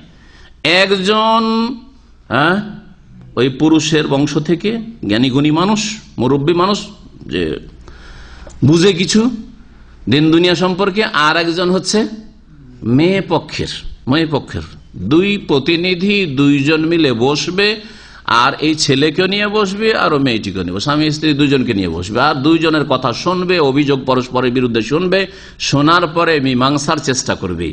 আল্লাহ পাক কোরআনে কারিমে এই বিষয়টি সূরা বাকারায় উল্লেখ করেছেন, ওয়াইন খিফতুম শিকাকা বাইনাহুমা ফাবাসু হাকামান মিন আহলিহি ওয়া হাকামান মিন আহলিহা ইন ইউরিদা ইসলাহান ইউওয়াফিকিল্লাহু বাইনাহুমা। ওয়াইন খিফতুম শিকাকা বাইনাহুমা, স্বামী স্ত্রীর মাঝে যদি শিকাক, বিরোধ দেখতে পাও, বিরোধের আশঙ্কা করো, যে মিলানো যাচ্ছে না, পারছে না স্ত্রীকে, বা স্ত্রী দেখছে স্বামীকে পারছে না, স্বামী বড় জুলুম অত্যাচার করছে, এটাও তো হইতে পারে। ফাবাসু হাকামান মিন আহলিহি, তাহলে ছেলের পরিবার থেকে একজন হাকাম বিচারক নাও, আর হাকামান মিন আহলিহা, আর মেয়ের পরিবার থেকে একজন বিচারক নাও। ইনরিদা ইসলাহান, দুইজনের যদি আন্তরিকতা থাকে মীমাংসায়, ইউওয়াফিকিল্লাহু বাইনাহুমা, তাহলে দুইজনের মাঝে আল্লাহ পাক সমন্বয়ের ব্যবস্থা করবেন, দুইজনকে আল্লাহ পাক ভালো কাজের মঙ্গলের তৌফিক দান করবেন। মীমাংসা করে দেওয়া হইল, তারপরেও চলছে না, গিয়ে আবার শুরু হয়ে গেল মারামারি ঝগড়া, তখন কি করবেন? তখন এটা বলতে পারেন, তখন তালাক। যদি স্বামী তালাক না দেয়, স্বামী খারাপ, স্ত্রী খারাপ নয়, আসলে দেখছে স্ত্রীর চাইতে বেশি স্বামীর বাড়াবাড়ি, তখন খোলা তো আবার চেয়ে নিতে হয়, যে তোমার মোহরানা নিয়েছি ফিরিয়ে দিলাম, অথবা মোহরানা তোমার যেটা বাকি আছে নিব না, এভাবে খোলা হয়। কিন্তু অনেক জালেম স্বামী ছাড়তেও চায় না, খোলাও করতে চায়, তখন কি করবেন? আজকে সবটি স্তর বলে শেষ করে দিচ্ছি, এটাই শেষ, এটি হচ্ছে শেষ। তখন মুসলিম দেশে আদালতের আশ্রয় নেবেন, যদি ইসলামিক আদালত থাকে, যেমন সৌদি আরবে হয়। ইসলামী আদালত নাও থাকে, তাহলে আইনের আশ্রয় নেবেন। যেসব দেশে ইসলামিক আদালত নেই, অথবা মুসলিম দেশ না, অমুসলিম দেশ, সেখানে আলেম ওলামাদের বা যদি রেজিস্টার্ড কাজী থাকে, অনেক দেশে মুসলিম পার্সোনালার ক্ষেত্রে বিবাহ, শাদী, তালাক, এইসব বিষয়গুলির কাজী রেজিস্টার্ড থাকে, তো যদি থাকে তো তারা কি করবে? বিবাহ বিচ্ছেদ ঘোষণা করে দিবে, বাধ্য করবে ওই স্বামীকে কি জন্য? তালাক দেওয়ার জন্য অথবা খোলার জন্য বাধ্য করবে। এই বাধ্য করার মতটি হচ্ছে সঠিক মত, যেটা শাইখুল ইসলাম ইবনে তাইমিয়া, ইবনুল কাইয়িম এবং ইবনে মুফলিহ ফাকিহ, একজন হাম্বলি, এসব উলামায়ে কেরাম গবেষকগণ পছন্দ করেছেন যে স্বামী যদি জালেম হয়, তারই বাড়াবাড়ি থাকে, আর সে তালাকও দিতে চাই না, খোলা নিতে চাই যে আমি ভাত খাবো না, থাকবো না, তাও করতে চাই না, তখন কি করবে? বাধ্য করা হবে স্বামীকে স্ত্রী ত্যাগ করার জন্য, খোলার জন্য। এখানে আজকের আলোচনা শেষ করছি। আল্লাহ পাক রব্বুল আলামিন যেন আমাদের জীবনের প্রতিটি ক্ষেত্রে বরকত দান করেন, দাম্পত্য জীবনে বরকত দান করেন। যারা বিবাহিত ছেলে মেয়ে যাদের রয়েছে, আল্লাহ পাক তাদের পরিবারে, ছেলে মেয়েতে, স্ত্রীতে, স্বামীতে যেন বরকত দান করেন। যাদের ছেলে মেয়ে নেই, নিঃসন্তান রয়েছে, আল্লাহ পাক তাদেরকে নেক সন্তান যেন দান করেন।